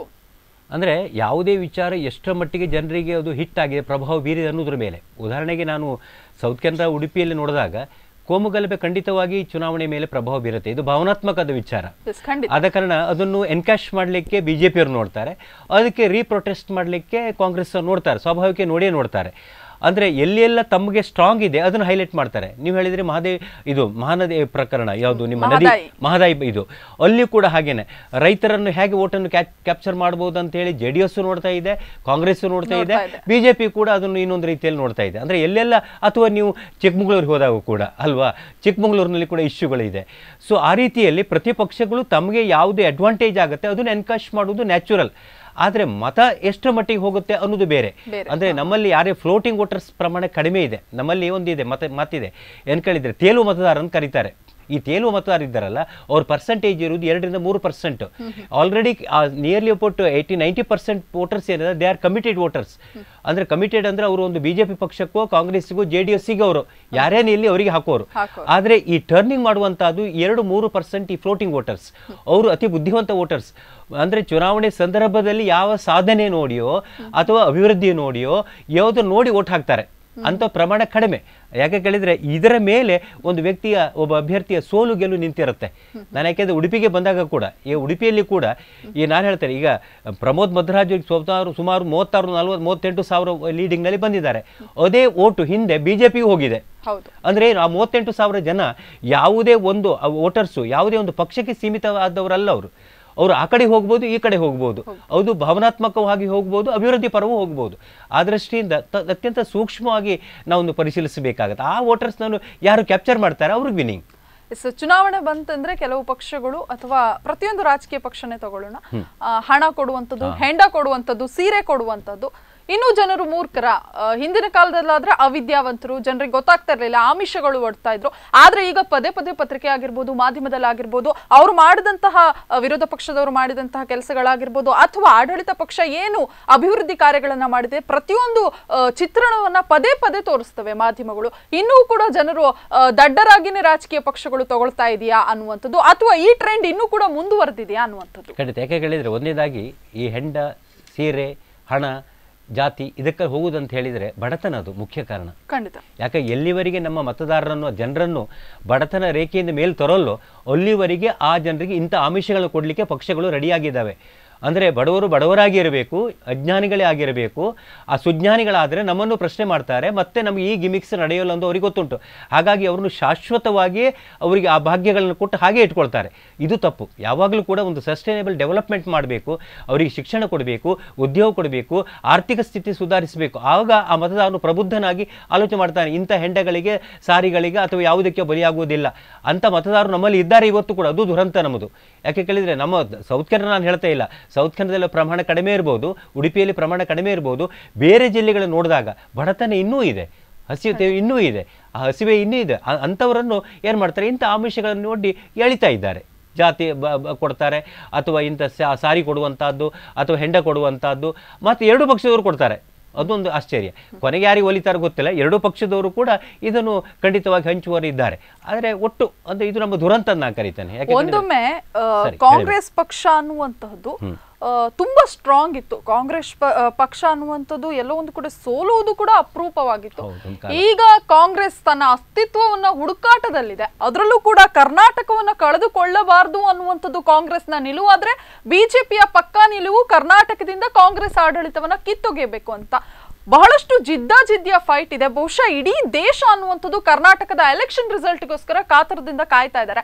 ಯಾಕಂದ್ರೆ ಎಲ್ಲೋ ಒಂದು ಕಡೆ ಈಗ ವಿಶ್ಲೇಷಣೆ ಮಾಡೋದಾದ್ರೆ, ಕಾಂಗ್ರೆಸ್ ದುರ್ಬಲವಾದಕ್ಕೆ ಬಿಜೆಪಿ ಪ್ರಬಲವಾಗಿದೆಯಾ ಅನ್ನುವಂಥ ಪ್ರಶ್ನೆ ಕೂಡ ಇದೆ, ಅಥವಾ ಬಿಜೆಪಿ ಪ್ರಬಲವಾದಕ್ಕೆ ಕಾಂಗ್ರೆಸ್ ದುರ್ಬಲವಾಗಿದೆಯಾ ಅನ್ನುವಂಥದ್ದು. ಎರಡರಲ್ಲೂ ಕೂಡ ಬಹಳಷ್ಟು ವರ್ಡ್ ಒಂದೇ ಇರ್ಬೋದು, ವ್ಯತ್ಯಾಸಗಳು ಕಾಣ್ತಾ ಇದೆ. ಏನ್ ಹೇಳ್ತೀರಾ ರಾಜಕೀಯ ವಿಶ್ಲೇಷಣೆ? ಅಂದ್ರೆ ಒಂದೇವಾಗಿ ಇವತ್ತು ಮುಖ್ಯವಾಗಿ ಎರಡೂ ಪಕ್ಷದವರಿಗೂ ಕರ್ನಾಟಕ ಮುಖ್ಯ ಇವತ್ತು. ಕಾಂಗ್ರೆಸ್ಸಿಗೆ ಉಳಿಯುವ ಪ್ರಶ್ನೆ ಖಂಡಿತ. ಯಾಕೆ ಕೇಳಿದ್ರೆ ನೀವು ಹೇಳಿದಾಗೆ ಅತ್ಯಂತ ದೊಡ್ಡ ರಾಜ್ಯ ಕಾಂಗ್ರೆಸ್ನ ಕೈಯೊಳಗಿರುವಂತಹದ್ದು ಕರ್ನಾಟಕ ಇವತ್ತು. ಅದನ್ನು ಕಳ್ಕೊಂಡ್ರೆ ಅಂತ ಹೇಳಿದ್ರೆ ಅದು ಪ್ರಾದೇಶಿಕ ಪಕ್ಷವಾಗಿಯೇ ಪರಿವರ್ತನೆಗೊಳ್ಳಬೇಕಾಗುತ್ತೆ. ಕೊನೆಗೆ ಆ ಸ್ಥಿತಿಗೆ ಬರ್ಬೋದು. ಆ ದೃಷ್ಟಿಯಿಂದ ಹುಕ್ ಆರ್ ಕುಕ್ ಯಾರೇ ರೀತಿಯಲ್ಲಿ ಅವನು ಸಿದ್ದರಾಮಯ್ಯನವರಿಗೆ ಫುಲ್ ರೈಟ್ ಕೊಟ್ಟಿದ್ದಾರೆ, ನೀವು ಗೆದ್ದು ತರಬೇಕಂತ, ಆಯ್ತಾ? ಆ ರೀತಿಯ ಒಂದು ಚಾಲೆಂಜಿಂಗ್ ಇದೆ. ಇನ್ನು ಬಿಜೆಪಿಯವರಿಗೆ ದಕ್ಷಿಣದಲ್ಲಿ ಬಾಗಿಲು ತೆರಬೇಕಾಗಿದೆ. ಬಾಗಿಲು ತೆರೆದಿದ್ದು ಮುಚ್ಕೊಂಡದ್ದು ಅವರೇ. ಇನ್ನೊಂದು ನೋಡಿ, ಇದೇ BJP ಅವರಿಗೆ ಒಮ್ಮೆ ಕೊಟ್ಟಿದ್ರು, ಇದೇ ಜನ ಕೊಟ್ಟಿದ್ರು, ಆದರೆ ಆ ಬಾಗಿಲನ್ನು ಅವರೇ ಮುಚ್ಕೊಂಡ್ರು. ಈಗ ಮತ್ತೆ ರಿಓಪನ್ ಮಾಡಬೇಕಾಗಿದೆ. ಅವ್ರಿಗೆ ಮತ್ತೂ ಗೊತ್ತಿದೆ, ಈ ರಿಓಪನ್ ಮಾಡಬೇಕಾದ್ರೆ ಕರ್ನಾಟಕದಲ್ಲಿರುವಂಥ BJPಯ ನಾಯಕರಿಂದಾಗಲಿ ಕಾರ್ಯಕರ್ತರಿಂದ ಸಾಧ್ಯ ಇಲ್ಲ. ಇದಕ್ಕೆ ಮೋದಿಯ ಇಫೆಕ್ಟೇ ಬೇಕಾಗುತ್ತೆ, ಅಮಿತ್ ಶಾ ಅಂತ ಒಬ್ಬ ಚಾಣಕ್ಯರು ಬೇಕಾಗುತ್ತೆ. ಆ ದೃಷ್ಟಿಯಿಂದ ಅವರು ಕೂಡ ಹುಕ್ಕಾರ್ ಕುಕ್ ನಾವು ಗೆಲ್ಲೇಬೇಕಂತ ಸ್ಥಿತಿ ಇದೆ. ಹಾಗಾಗಿ ಇಲ್ಲಿ ಜಿದ್ದಾಜಿದ್ದಿ ಬಂದಿದೆ ಕೇಳಿದರೆ, ಈ ರೀತಿಯಲ್ಲಿ ಜನ ಯಾರ ಕಡೆ ಹೋಗ್ತಾರೆ, ಅದು ಕಾಂಗ್ರೆಸ್ ಕಡೆ ಹೋಗ್ತಾರಾ, BJP ಕಡೆ ಹೋಗ್ತಾರಾ ಅನ್ನೋದ್ರ ಮತ್ತೆ ನಾವು ವಿಶ್ಲೇಷಣೆ ಮಾಡ್ಬೋದು. ಆ ದೃಷ್ಟಿಯಲ್ಲಿ ನಾನು ಹೇಳ್ತೇನೆ, ಎರಡೂ ಪಕ್ಷದವರಿಗೆ ಇದು ಒಂದು ಮರ್ಯಾದೆಯ ಪ್ರಶ್ನೆ, BJP ಅವರಿಗೆ ಅಳಿ ಉಳಿಯುವ ಪ್ರಶ್ನೆ ಅಲ್ಲ, ಈ ಗೆಲ್ಲಬೇಕಾದ ಒಂದು ಸವಾಲು ಇದು. ಖಂಡಿತವಾಗಿ ಮೋದಿಯ ಒಂದು ಪ್ರಭಾವ ಇಲ್ಲಿ ಇದೆ ಅನ್ನೋ ತೋರಿಸಬೇಕಾಗಿದೆ. ಇನ್ನೊಂದು ಕಡೆ ನೋಡ್ಬೇಕಾದ್ರೆ ರಾಹುಲ್ ಗಾಂಧಿ ಹೈಕಮಾಂಡ್ ಆದ ನಂತರ ಪಕ್ಷ ಅನ್ನುವಂಥದ್ದು ಸಂಪೂರ್ಣವಾಗಿ ದುರ್ಬಲವಾಯಿತು. ಹೆಚ್ಚಿನ ಕಡೆ ಕಾಂಗ್ರೆಸ್ ಪಕ್ಷದವರೇ ಹೇಳ್ತಾರೆ ಪ್ರಿಯಾಂಕಾ ಗಾಂಧಿಗೆ ಹೈಕಮಾಂಡ್ ಒಂದು ಸೀಟನ್ನ ಕೊಡ್ಬೇಕಿತ್ತು, ಅಥವಾ ಪ್ರಿಯಾಂಕಾ ಗಾಂಧಿ ಇದ್ದಿದ್ರೆ ಬಹುಶಃ ಕಾಂಗ್ರೆಸ್ ಪಕ್ಷ ಅನ್ನುವಂಥದ್ದು ತನ್ನ ಅಸ್ತಿತ್ವವನ್ನು ಮುಂದುವರಿಸ್ತಾ ಇತ್ತು ಅನ್ನುವಂಥದ್ದು. ನಿಜಕ್ಕೂ ರಾಹುಲ್ ಗಾಂಧಿ ಅನ್ನುವಂಥವ್ರು ಅಷ್ಟೊಂದು ದುರ್ಬಲರ, ಅಥವಾ ಮೋದಿ ಹವಾ ಅನ್ನುವಂಥದ್ದು ಅಷ್ಟೊಂದು ಎಫೆಕ್ಟಿವ್ ಆಗಿ ಜನರ ಮೇಲೆ ಬಿದ್ದಿದೆಯಾ? ಅಂದರೆ ಕಾಂಗ್ರೆಸ್ ಏನಾಗಿದೆ ಕೇಳಿದ್ರೆ, ಇವತ್ತು ಕೂಡ ಕಾಂಗ್ರೆಸ್ ಕರ್ನಾಟಕದ ಉಸಿರಾಡ್ತಾ ಇರುವುದು ಇಂದಿರಾ ಗಾಂಧಿ ಹೆಸರಿನಲ್ಲಿ. ಇಂದಿರಾ ಗಾಂಧಿ ಕ್ಯಾಂಟೀನ್ ಅಂತ ಇಟ್ಟಿದ್ದಾರಲ್ಲ, ಅಂದರೆ ಇವತ್ತಿಗೂ ಕೂಡ, ಅಂದರೆ ಇವತ್ತೇನಾಗಿದೆ ಕೇಳಿದರೆ, ಹೊಸ ವೋಟರ್ಸ್ ಬಂದಿದ್ದಾರಲ್ಲ, ಅವರು ಕಾಂಗ್ರೆಸ್ನ ಕಡೆ ಒಲವು ಸ್ವಲ್ಪ ಕಡಿಮೆ. ಸಾಧಾರಣ 5% ಹೊಸ ವೋಟರ್ಸ್ ಏನಿದ್ದಾರೆ, ಯುವ ವೋಟರ್ಸ್ ಎಲ್ಲರೂ ಕೂಡ ಮೋದಿಯನ್ನೇ ನಂಬ್ಕೊಂಡು ಬಂದಾಗ ಕಾಣುತ್ತೆ. ಅಂದರೆ ಅವರಿಗೆ ನಾಯಕತ್ವ ಬೇಕು, ಒಳ್ಳೆಯ ವಾಕ್ಚಾತುರ್ಯ ಬೇಕು, ಅಭಿವೃದ್ಧಿ ಪರ ಮಾತಾಡಬೇಕು, ಜಾತಿ ಅಥವಾ ಈ ಬಡತನದ ಬಗ್ಗೆ ಮಾತಾಡ್ತಾ ಇರೋದಲ್ಲ, ಅಂದರೆ ಅಭಿವೃದ್ಧಿ ಪರ ಮಾತಾಡುವಂಥ ನಾಯಕ ನಮಗೆ ಬೇಕು. ಆದ ಮಟ್ಟಿಗೆ ಅವರು ಮೋದಿ ಕಡೆ ಹೋಗ್ತಿದ್ದಾರೆ. ನಾನು ಯಾಕೆ ಕೇಳಿದರೆ, ಎಲ್ಲೋ ಒಂದು ಕಡೆ ನೀವು ರಾಹುಲ್ ಗಾಂಧಿ ಕೂಡ ಹೇಳಿದ್ರಿ, ರಾಹುಲ್ ಗಾಂಧಿಯನ್ನು ಮೋದಿ ಎದುರಿನ ನಿಂತ್ಕೊಂಡು ನಾವು ಸಾಮ್ಯತೆ ಮಾಡ್ಲಿಕ್ಕೆ ಆಗೋಲ್ಲ. ಒಂದು ಪ್ರಾಯದ ವ್ಯತ್ಯಾಸವೂ ಇರ್ಬೋದು, ಅನುಭವದ ವ್ಯತ್ಯಾಸ ಇರ್ಬೋದು. ಇನ್ನೊಂದು, ನನಗೆ ರಾಹುಲ್ ಗಾಂಧಿ ಅವರು ಏನು ಮಾಡಬೇಕಿತ್ತು ಕೇಳಿದರೆ, ಒಂದು ಅನುಭವ ಕಡಿಮೆ ಆಗಿದೆ ಅವರಿಗೆ. ಉದಾಹರಣೆಗೆ ಅವರ ಸರ್ಕಾರವೇ UP ಅಧಿಕಾರದಲ್ಲಿ ಇರುವಾಗಲೇ ರಾಹುಲ್ ಗಾಂಧಿ ಅವರಿಗೆ ಒಂದು ಮಿನಿಸ್ಟರ್ ಕೊಡಬೇಕಿತ್ತು, ಅಥವಾ ಯಾವುದೋ ಒಂದು ರಾಜ್ಯದ ಮುಖ್ಯಮಂತ್ರಿ ಆಗಿ ಅವರಿಗೆ ಪ್ರಯೋಗ ಮಾಡಬೇಕಿತ್ತು. ಅದು ಯಾವುದೂ ಮಾಡಲಿಲ್ಲ. ಹಾಗೆ ಮುದ್ದಾಗಿ ಬೆಳೆಸಿದ್ರು ಅಲ್ವಾ. ಈಗ ಏನಾಗಿದೆ ಕೇಳಿದರೆ, ಈ ಸಮಸ್ಯೆಗಳನ್ನು ಅರ್ಥ ಮಾಡಿಕೊಂಡು ಅನುಭವಾತ್ಮಕವಾಗಿ ಮಾತಾಡುವಂಥ ಒಂದು ಪ್ರತಿಭೆ ಅವರ ಹತ್ರ ಇವತ್ತಿಲ್ಲ. ಜನರನ್ನು ಅಟ್ರಾಕ್ಟ್ ಮಾಡುವಂಥ ಪ್ರತಿಭೆ ಇವತ್ತವರು ಇಲ್ಲ. ಏನು ಕೇಳಿ, ಕರ್ನಾಟಕದಲ್ಲಿ ತಂದು ತೋರಿಸ್ಬೋದು, ಮುಖ ತಂದು ತೋರಿಸ್ಬೋದು. ಆದ ಕಾರಣ ಮಟ್ಟಿಗೆ ಇಲ್ಲಿನ ಮತದಾರರು ಅವರಿಗೆ ಆ ಮುಖವನ್ನು ನೋಡಿ ಮತ ಹಾಕ್ತಾರಂತ ಹೇಳಲಿಕ್ಕೆ ಆಗೋದಿಲ್ಲ. ಆ ದೃಷ್ಟಿಯಿಂದ ಕಾಂಗ್ರೆಸ್ಸು ಅಂದರೆ ಮುಖ್ಯವಾಗಿ ಕಾಂಗ್ರೆಸ್ ಇವತ್ತು ಕರ್ನಾಟಕದಲ್ಲಿ ಸಿದ್ದರಾಮಯ್ಯ ಮೇಲೆ ಡಿಪೆಂಡ್ ಆಗಿದೆ, ರಾಹುಲ್ ಗಾಂಧಿ ಮೇಲಲ್ಲ. ಖಂಡಿತವಾಗಿ. ಈಗ ಡೈರೆಕ್ಟ್ ಆಗಿ ಕರಾವಳಿಗೆ ಬರೋಣ, ನಮ್ಮ ಮಂಗಳೂರಿನಂತ. ಇತ್ತೀಚೆಗಷ್ಟು ಒಂದು ಸುದ್ದಿ ಆಯಿತು, ಅಯ್ಯಪ್ಪ ಸ್ವಾಮಿಯ ಭಕ್ತಿ ಗೀತೆಯನ್ನ ಶಾಸಕರ ಅಭಿವೃದ್ಧಿ ಹಾಡನ್ನಾಗಿ ಪರಿವರ್ತಿಸಿದ್ರು ಅನ್ನುವಂಥದ್ದು. ಈ ಕುರಿತು ಶಾಸಕರಲ್ಲಿ ಮಾತನಾಡಿಸಿದಾಗ ಈ ಬಗ್ಗೆ ನನಗೆ ಗೊತ್ತೇ ಇಲ್ಲ ಅನ್ನುವಂಥದ್ದು. ನಿಜಕ್ಕೂ ಒಂದು ಅಭಿವೃದ್ಧಿ ಕಾರ್ಯದ ಒಂದು ಹಾಡನ್ನ ಪ್ರಸಾರ ಮಾಡುವಾಗ ಶಾಸಕರು ನನಗೆ ಗೊತ್ತಿಲ್ಲ ಅನ್ನುವಂಥದ್ದು ಎಷ್ಟರ ಮಟ್ಟಿಗೆ ಸರಿ? ಬಹುತೇಕ ಜನರಲ್ಲಿ ಗೊಂದಲ ಇದೆ, ಇವರೇ ಮಾಡಿಕೊಂಡು ಈಗ ಗೊತ್ತಿಲ್ಲ ಅನ್ನುವಂಥದ್ದು. ಈ ರೀತಿಯಾದಂತಹದ್ದು ಚುನಾವಣಾ ಸಂದರ್ಭದಲ್ಲಿ ಆಗುವಂಥದ್ದು ಮಾಮೂಲಿ. ಆದ್ರೆ ಎಲ್ಲೋ ಒಂದು ಕಡೆ ಭಕ್ತಿ ಗೀತೆ ಅನ್ನುವಂಥದ್ದು ಅಭಿವೃದ್ಧಿ ಕಾರ್ಯಕ್ಕೆ ಬಳಸಿರುವಂಥದ್ದು, ಈ ವಿಷಯದ ಕುರಿತು ನನಗೆ ಮಾಹಿತಿ ಅಲ್ಲ ಅನ್ನುವಂಥದ್ದು ಶಾಸಕರು ಹೇಳಿದ್ದಾರೆ. ಏನ್ ಹೇಳ್ತೀರಾ ಈ ಬಗ್ಗೆ? ಅಂದ್ರೆ ಭಕ್ತಿ ಗೀತೆ ಅಂತ ಹೇಳಿದ್ರೆ ಏನಾಗ್ತದೆ ಹೇಳಿದ್ರೆ, ದೇವರನ್ನು ಬಳಸಬಾರ್ದು ಅಂತ ಇದೆ. ಯಾವುದೇ ದೇವರನ್ನು ನಾವು ಚುನಾವಣೆ ಸಂದರ್ಭದಲ್ಲಿ ತರಬಾರ್ದು. ಸೊ ಆ ಭಕ್ತಿಗೀತೆಯ ಟೋನ್ ಹಾಕಿದ್ರೂ ತೊಂದರೆ ಇಲ್ಲ. ಆದರೆ ಭಕ್ತಿಯ ಆ ಅಯ್ಯಪ್ಪನನ್ನೇ ಎದುರಿಟ್ಟುಕೊಂಡು ಅದನ್ನು ಸಾಮ್ಯೀಕರಿಸಿಕೊಂಡು ನಮ್ಮ ಅಭಿವೃದ್ಧಿ ಕಾರ್ಯ ಮಾಡಿದರೆ ಅದು ಚುನಾವಣಾ ನೀತಿ ಸಂಹಿತೆಗೂ ಕೂಡ ವಿರೋಧ ಆಗುತ್ತೆ. ಮಾತ್ರ ಅಲ್ಲ, ಒಂದು ಧರ್ಮ ಇರ್ಬೋದು, ಜಾತಿಯನ್ನು ಅಲ್ಲಿ ಪ್ರಧಾನವಾಗಿ ಇಟ್ಕೊಳ್ಳಿಕ್ಕಿಲ್ಲ. ಅದರ ಮಟ್ಟಿಗೆ ವಾದ ವಿವಾದ ಎರಡು ನಡೆದಿದೆ. ಆ ಬಗ್ಗೆ ನನಗೆ ಸ್ಪಷ್ಟವಾದ ಮಾಹಿತಿ ನನಗಿಲ್ಲ ಅದ್ರ ಬಗ್ಗೆ ಮಾತಾಡುವಂಥದ್ದು. ಯಾಕೆ ಕೇಳಿದರೆ, ಅವ್ರು ಬಳಸ್ಕೊಂಡಿದ್ದಾರೋ ಬಳಸ್ಕೊಳ್ಳಿಲ್ಲೋ ಅದ್ರ ಬಗ್ಗೆ ಎರಡು ವಾದ ವಿವಾದ ಎರಡೂ ಇದೆ. ಆದ ಕಾರಣ ಒಂದು ಹೇಳ್ತೇನೆ, ಧರ್ಮವಾಗಲಿ ಅಥವಾ ಯಾವುದೇ ಜಾತಿಯಲ್ಲಾಗಲಿ ಅಲ್ಲಿ ಬಳಸ್ಕೊಳ್ಬಾರ್ದು ಅನ್ನುವಂಥ ನೀತಿ ಸಂಹಿತೆ ಇದೆ ಅಷ್ಟೇ. ಈಗ ಹೈಕಮಾಂಡ್ಗಳು ಟಿಕೆಟ್ ಅನ್ನ ನೀಡ್ತವೆ. ಬಹುಶಃ ಅಭ್ಯರ್ಥಿಗಳಲ್ಲಿ ಎಲ್ಲೋ ಒಂದು ಕಡೆ ಒಳಜಗಳಗಳು ಶುರುವಾಗ್ತದೆ. ಆಕಾಂಕ್ಷಿಗಳ ಪಟ್ಟಿ ಎರಡೂ ಪಕ್ಷದಲ್ಲಿ ಬಹಳಷ್ಟಿದೆ. ಅಭಿವೃದ್ಧಿ ಮಾಡಿದಂತಹ ಕಾರ್ಯಗಳಾಗಿರ್ಬೋದು ಅಥವಾ ತಾವು ಮಾಡಿದಂತಹ ಸಾಧನೆಯ ಕುರಿತಾಗಿರ್ಬೋದು. ಎಲ್ಲೋ ಒಂದು ಕಡೆ ಬಿಜೆಪಿ ಅಥವಾ ಕಾಂಗ್ರೆಸ್ ಅವರಿಗೆ ಪಕ್ಷ ಅನ್ನುವಂಥದ್ದು ಏನು ಮ್ಯಾಟರ್ ಅನ್ನುವಂಥದ್ದು ಬರೋದಿಲ್ಲ. ನಮ್ಗೆ ಟಿಕೆಟ್ ಸಿಗ್ತದ ಈ ಪಕ್ಷದಿಂದ ಅನ್ನುವಂಥದ್ದು ಮೊದಲ ಆಲೋಚನೆ. ತದನಂತರದ ಆಲೋಚನೆ ಈ ಒಂದು ಪಕ್ಷದಿಂದ ನಾವು ಗೆಲ್ತೇವಾ ಅನ್ನುವಂಥದ್ದು. ಸೊ ತಮ್ಮ ಸ್ವಾರ್ಥಕ್ಕೆ ರಾಜಕಾರಣಿಗಳು ಬರ್ತಾ ಇದ್ದಾರಾ ಅನ್ನುವಂಥದ್ದು. ಖಂಡಿತ. ಯಾಕೆಂದರೆ ನೀವು ಹೇಳಿದ್ರೆ ಪಕ್ಷ ಇವತ್ತು ತುಂಬ ಜಾಗೃತೆಯಿಂದ ಅಭ್ಯರ್ಥಿಯನ್ನು ಘೋಷಿಸಬೇಕಾಗತ್ತೆ. ಇದಾಗಲೇ ನಿಮ್ಗೆ ಹೇಳಿದಾಗೆ ಈ ಪರಿವರ್ತನಾ ರ್ಯಾಲಿ ನೋಡಿದರೆ, BJPಯವರ ಪರಿವರ್ತನಾ ರ್ಯಾಲಿ, ಯಡಿಯೂರಪ್ಪನವರು ಪ್ರತಿ ಕ್ಷೇತ್ರಕ್ಕೆ ಹೋದಾಗ ಅವರಿಗೆ ಸಿಕ್ಕಿದ ಒಂದು ಲಾಭ ಅಥವಾ ಮಾಹಿತಿ ಅಂತ ಹೇಳಿದರೆ, ಯಾವ್ಯಾವ ಕ್ಷೇತ್ರದಲ್ಲಿ ಎಷ್ಟೆಷ್ಟು ಅಭ್ಯರ್ಥಿಗಳು ನಿಲ್ಲಿಸ್ಬೋದು, ಯಾರನ್ನು ನಿಲ್ಲಿಸ್ಬೋದು, ಎಲ್ಲಿ ಭಿನ್ನಮತ ಹುಟ್ಟುಕೊಳ್ಬೋದು ಅನ್ನುವ ಲೆಕ್ಕಾಚಾರ ಅವ್ರಿಗೆ ಸಿಕ್ಕಿ ಹೋಯಿತು. ಅದು ಮುಂದೆ ಬೇಕಾಗತ್ತೆ. ಇದಾಗಲೇ ಅಮಿತ್ ಶಾ ಟೀಮ್ ಮಾಡಿದೆ ಏನಿದೆ, ಯಾವ್ಯಾವ ಕ್ಷೇತ್ರದಲ್ಲಿ ಯಾರ್ಯಾರಿಗೆ ಎಷ್ಟು ಬೆಂಬಲ ಇದೆ, ಜನ ಬೆಂಬಲ ಇದೆ ಅಥವಾ ಕಾರ್ಯಕರ್ತರ ಬೆಂಬಲ ಇದೆ ಅನ್ನೋದನ್ನು ಕೂಡ ಅಂಕಿಅಂಶ ಮಾಡ್ತಾ ಇದ್ದಾರೆ. ಆದರೆ ಇತ್ತೀಚೆಗೆ ಒಂದು ಪತ್ರಿಕೆ ಮಾಡಿದಂಥ ಒಂದು ಮಾಹಿತಿ ಪ್ರಕಾರ ನನಗನ್ಸುತ್ತೆ ಈ ಬಾರಿ ವೋಟರ್ಸ್ ಏನಿದ್ದಾರೆ ಅವರು ಪಕ್ಷವನ್ನು ಹೆಚ್ಚು ಬೆಂಬಲಿಸೋಲ್ಲ, ಅಭ್ಯರ್ಥಿಗಳನ್ನು ನೋಡ್ತಾರೆ ಅಂತ. ಅಂದ್ರೆ ಯಾವುದೇ ಕ್ಷೇತ್ರ, ಉಡುಪಿ ಇರ್ಬೋದು, ಕುಂದಾಪುರ ಇರ್ಬೋದು, ಯಾವುದೇ ಕ್ಷೇತ್ರದಲ್ಲಿ ಅಲ್ಲಿ ಪಕ್ಷ ಸೆಕೆಂಡ್ ಆಗುತ್ತೆ, ಮೊದಲು ಅಭ್ಯರ್ಥಿ ಕೊಡ್ತಾರೆ. 86% ಏನ್ ಹೇಳ್ತಾರೆ ಜನ ಅಥವಾ ಮತದಾರರು ಹೇಳ್ತಿದ್ದಾರೆ, ಅಭ್ಯರ್ಥಿಯನ್ನೇ ನೋಡಿ ನಾವು ಮತ ಹಾಕ್ತೇವೆ. ಆದ ಕಾರಣ ಇದೊಂದು ಎಚ್ಚರಿಕೆ ಎರಡು ಪಕ್ಷದವರಿಗೆ ಕೂಡ ಅಥವಾ ಮೂರು ಪಕ್ಷದವರಿಗೆ ಕೂಡ, ಅಭ್ಯರ್ಥಿಯನ್ನು ನೋಡಿ ಅವ್ರಿಗೆ ಹಾಕ್ಬೇಕು ಬಿಟ್ರೆ ಪಕ್ಷ ನೋಡಿ ಓಟ್ ಹಾಕುವವರು ಇವತ್ತಿಲ್ಲ. ಯಾಕೆ ಹೇಳಿದ್ರೆ ಇವತ್ತು ಬಿಜೆಪಿ ಒಂದೇ, ಜನರಿಗೆ ಬಿಜೆಪಿ ಒಂದೇ, JDS ಒಂದೇ, ಕಾಂಗ್ರೆಸ್ ಒಂದೇನೆ, ಯಾವೂ ಕೂಡ ಐಡಿಯಾಲಜಿ ಇಲ್ಲದ ಪಕ್ಷಗಳೇ, ನಾಯಕರಿಲ್ಲದ ಪಕ್ಷಗಳಾಗಿ ಕಾಣ್ತಾ ಇದೆ. ಅದಕ್ಕೋಸ್ಕರ ಏನು ಕಾಣ್ತಿದೆ ಕರ್ನಾಟಕದಲ್ಲಿ ಕೇಳಿದರೆ ನಾನು ಹೇಳ್ತೇನೆ, ಎಲ್ಲಿ ಎಲ್ಲ ಸಮರ್ಥ ಅಭ್ಯರ್ಥಿಗಳು ನಿಂತಿದ್ದಾರೆ ನಿಲ್ಲಿಸ್ತಾರೆ ಆ ಅಭ್ಯರ್ಥಿಗಳು ಗೆಲ್ತಾರೆ. ಅದು ಉಡುಪಿ ಇರ್ಬೋದು, ಕುಂದಾಪುರ ಇರ್ಬೋದು, ಕಾರ್ಕಳ ಇರ್ಬೋದು, ಇನ್ನು ಬೈಂದೂರು ಇರ್ಬೋದು, ಯಾವುದೇ ಇಟ್ಕೊಳ್ಳಿ. ಅಥವಾ ಯಾಕೆ ಅಭ್ಯರ್ಥಿಯನ್ನೇ ನೋಡಿ ಮತ ಹಾಕ್ತಾರೆ. ಸೆಕೆಂಡ್ ಇಂಪಾರ್ಟೆನ್ಸ್ ಪಕ್ಷ ಕೊಡ್ಬೋದು ಬೇರೆ. ಮತ್ತೆ ಇನ್ನೊಂದು ನಾವು ನೋಡುವಾಗ ಇನ್ನೊಂದು ಪ್ರಭಾವ ಅಂತ ಹೇಳಿದ್ರೆ ಕಾಂಗ್ರೆಸ್ಸಿನವರಿಗೆ ಅವರ ಕೆಲವು ಭಾಗ್ಯಗಳು ಸಪೋರ್ಟ್ ಆಗ್ಬೋದು, ಅನ್ನ ಭಾಗ್ಯ ಇಂಥ ಆಗ್ಬಹುದು, ಇಂದಿರಾ ಕ್ಯಾಂಟೀನ್ ಖಂಡಿತವಾಗಿ ಸ್ವಲ್ಪ ಮಟ್ಟಿನ ಲಾಭ ತರಬಹುದು. ಆದ್ರೆ ಬಿಜೆಪಿಗೆ ಮೋದಿ ಹವಾ ಸ್ವಲ್ಪ ಮಟ್ಟಿನ ಲಾಭ ಕೊಡಬಹುದು. ಯಡಿಯೂರಪ್ಪ ಹವಕ್ಕಿಂತ ಮೋದಿ ಹವವೇ ಹೆಚ್ಚು ಅವರಿಗೆ ಪ್ಲಸ್ ಆಗಬಹುದು ಕಾಣುತ್ತೆ ಖಂಡಿತವಾಗಿ. ಕೊನೆಯದಾಗಿ ಒಂದು ಊಹೆ ಅಂತಾನೆ ಇಟ್ಕೊಳ್ಳೋಣ, ಯಾವ ಪಕ್ಷ ಮೆಜಾರಿಟಿ ಆಗಿ ಬರಬಹುದು ಅನ್ನುವಂಥದ್ದು ಬಹುಶಃ ಯಾವುದೋ ಒಂದು ನಿಖರತೆಯಿಂದ ಹೇಳಲಿಕ್ಕಿಲ್ಲ, ಬಟ್ ಒಂದು ರಾಜಕೀಯ ವಿಶ್ಲೇಷಕರಾಗಿ ಯಾವ ಪಕ್ಷ ಮೆಜಾರಿಟಿಗೆ ಬರ್ಬೋದು, ಯಾವ ಪಕ್ಷ ನೆಲ ಕಚ್ಚಬಹುದು ಅಂತ ಹೇಳ್ತೀರಾ? ಇಲ್ಲಿ ನೆಲ ಕಚ್ಚುವುದು ಅನ್ನೋದಕ್ಕಿಂತ ನನ್ನ ಒಂದು ವಿವೇಚನೆ ಪ್ರಕಾರ ಈ ಬಾರಿ ಬಿಜೆಪಿ ಅಂತ ನಿಚ್ಚಳ ಬಹುಮಾನ ಬರೋಲ್ಲ ಅವರಿಗೆ. ಅಂದ್ರೆ ಸಾಧಾರಣ 90ರಿಂದ 100ರವರೆಗೆ ಬರ್ಬೋದು. ಅವರು 150 ಇದೆ ವಿಷನ್, ಬರೋಲ್ಲ. ಫಸ್ಟ್ ಪ್ಲೇಸ್ ಬಿಜೆಪಿ ಹೋಗ್ಬೋದು, ಸೆಕೆಂಡ್ ಪ್ಲೇಸ್ ಕಾಂಗ್ರೆಸ್ಸಿಗೆ ಹೋಗುತ್ತೆ, ಇನ್ನೊಂದು ಪ್ಲೇಸು JDS ಹೋಗುತ್ತೆ. 30ರಿಂದ 40 ಸೀಟುಗಳು JDS ತಗೊಳ್ತದೆ. ಆದ್ರೆ ಇಲ್ಲಿ ಸಮಸ್ಯೆ ಏನು ಕೇಳಿದ್ರೆ 90-95 ಸ್ಥಾನ ತಗೊಂಡಂತ ಬಿಜೆಪಿ ಜೊತೆ JDS ಸೇರುತ್ತಾ ಅಥವಾ ಅದಕ್ಕಿಂತ 75-80 ಸ್ಥಾನ ಗಳಿಸ್ಕೊಂಡಂತ ಕಾಂಗ್ರೆಸ್ ಜೊತೆ JDS ಸೇರುತ್ತಾ ಅನ್ನೋದು ಸಮಸ್ಯೆ. ಒಟ್ಟು ಈ ಬಾರಿ ಸಮ್ಮಿಶ್ರ ಸರ್ಕಾರವೇ ಬರುವಂತ ಎಲ್ಲ ಸಾಧ್ಯತೆ ನಿಶ್ಚಳವಾಗಿ ಕಾಣ್ತಾ ಇದೆ ನನಗೆ. ಮತ್ತೊಮ್ಮೆ ಎಲ್ಲಾದ್ರೂ ಒಂದು ಸಮ್ಮಿಶ್ರ ಸರ್ಕಾರ ನೋಡುವಂತಹದ್ದು ಬಹುಶಃ ಜನತೆ ಕೂಡ ಎದುರು ನೋಡ್ತಾ ಇದ್ದಾರೆ, ಅಥವಾ ರಾಜಕೀಯದಲ್ಲಿ ಏನಾಗುತ್ತೆ ಅಥವಾ ಮುಂಬರುವಂತಹ ವಿಧಾನಸಭಾ ಚುನಾವಣೆಯ ಬದಲಾವಣೆಗಳು ಅಥವಾ ರಿಸಲ್ಟ್ ಏನಾಗುತ್ತೆ ಅನ್ನುವಂಥದ್ದು ಬಹುತೇಕರಲ್ಲಿ ಗೊಂದಲ ಇದೆ. ಈ ಕುರಿತಾಗಿ ರಿಸಲ್ಟೇ ಹೇಳಬೇಕು ಏನಾಗುತ್ತೆ ಅನ್ನುವಂಥದ್ದು.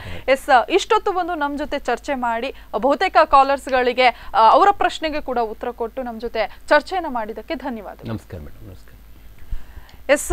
ಇದಿಷ್ಟು ಇವತ್ತಿನ ಕರ್ನಾಟಕದ ರಿಸಲ್ಟ್ ಅಥವಾ ರಾಜಕೀಯ ವಿಶ್ಲೇಷಣೆ ಅಂತಾನೆ ಹೇಳ್ಬೋದು. ಏನಾಗಬಹುದು ಅಥವಾ ಏನಾಗ್ತಾ ಇದೆ ಅನ್ನುವಂಥದ್ರ ಒಂದು ಸಣ್ಣ ಅರಿವು ಅಥವಾ ಸಣ್ಣ ಪ್ರಯತ್ನ. ಇದಿಷ್ಟು ಈ ಹೊತ್ತಿನ ವಿಶೇಷ. ನಿಮ್ಮೂರಿನ ನಿರಂತರ ಸುದ್ದಿ ಮನರಂಜನೆಗಾಗಿ ನೋಡ್ತಾ ಇರಿ ಸ್ಪಂದನ ಟಿವಿ.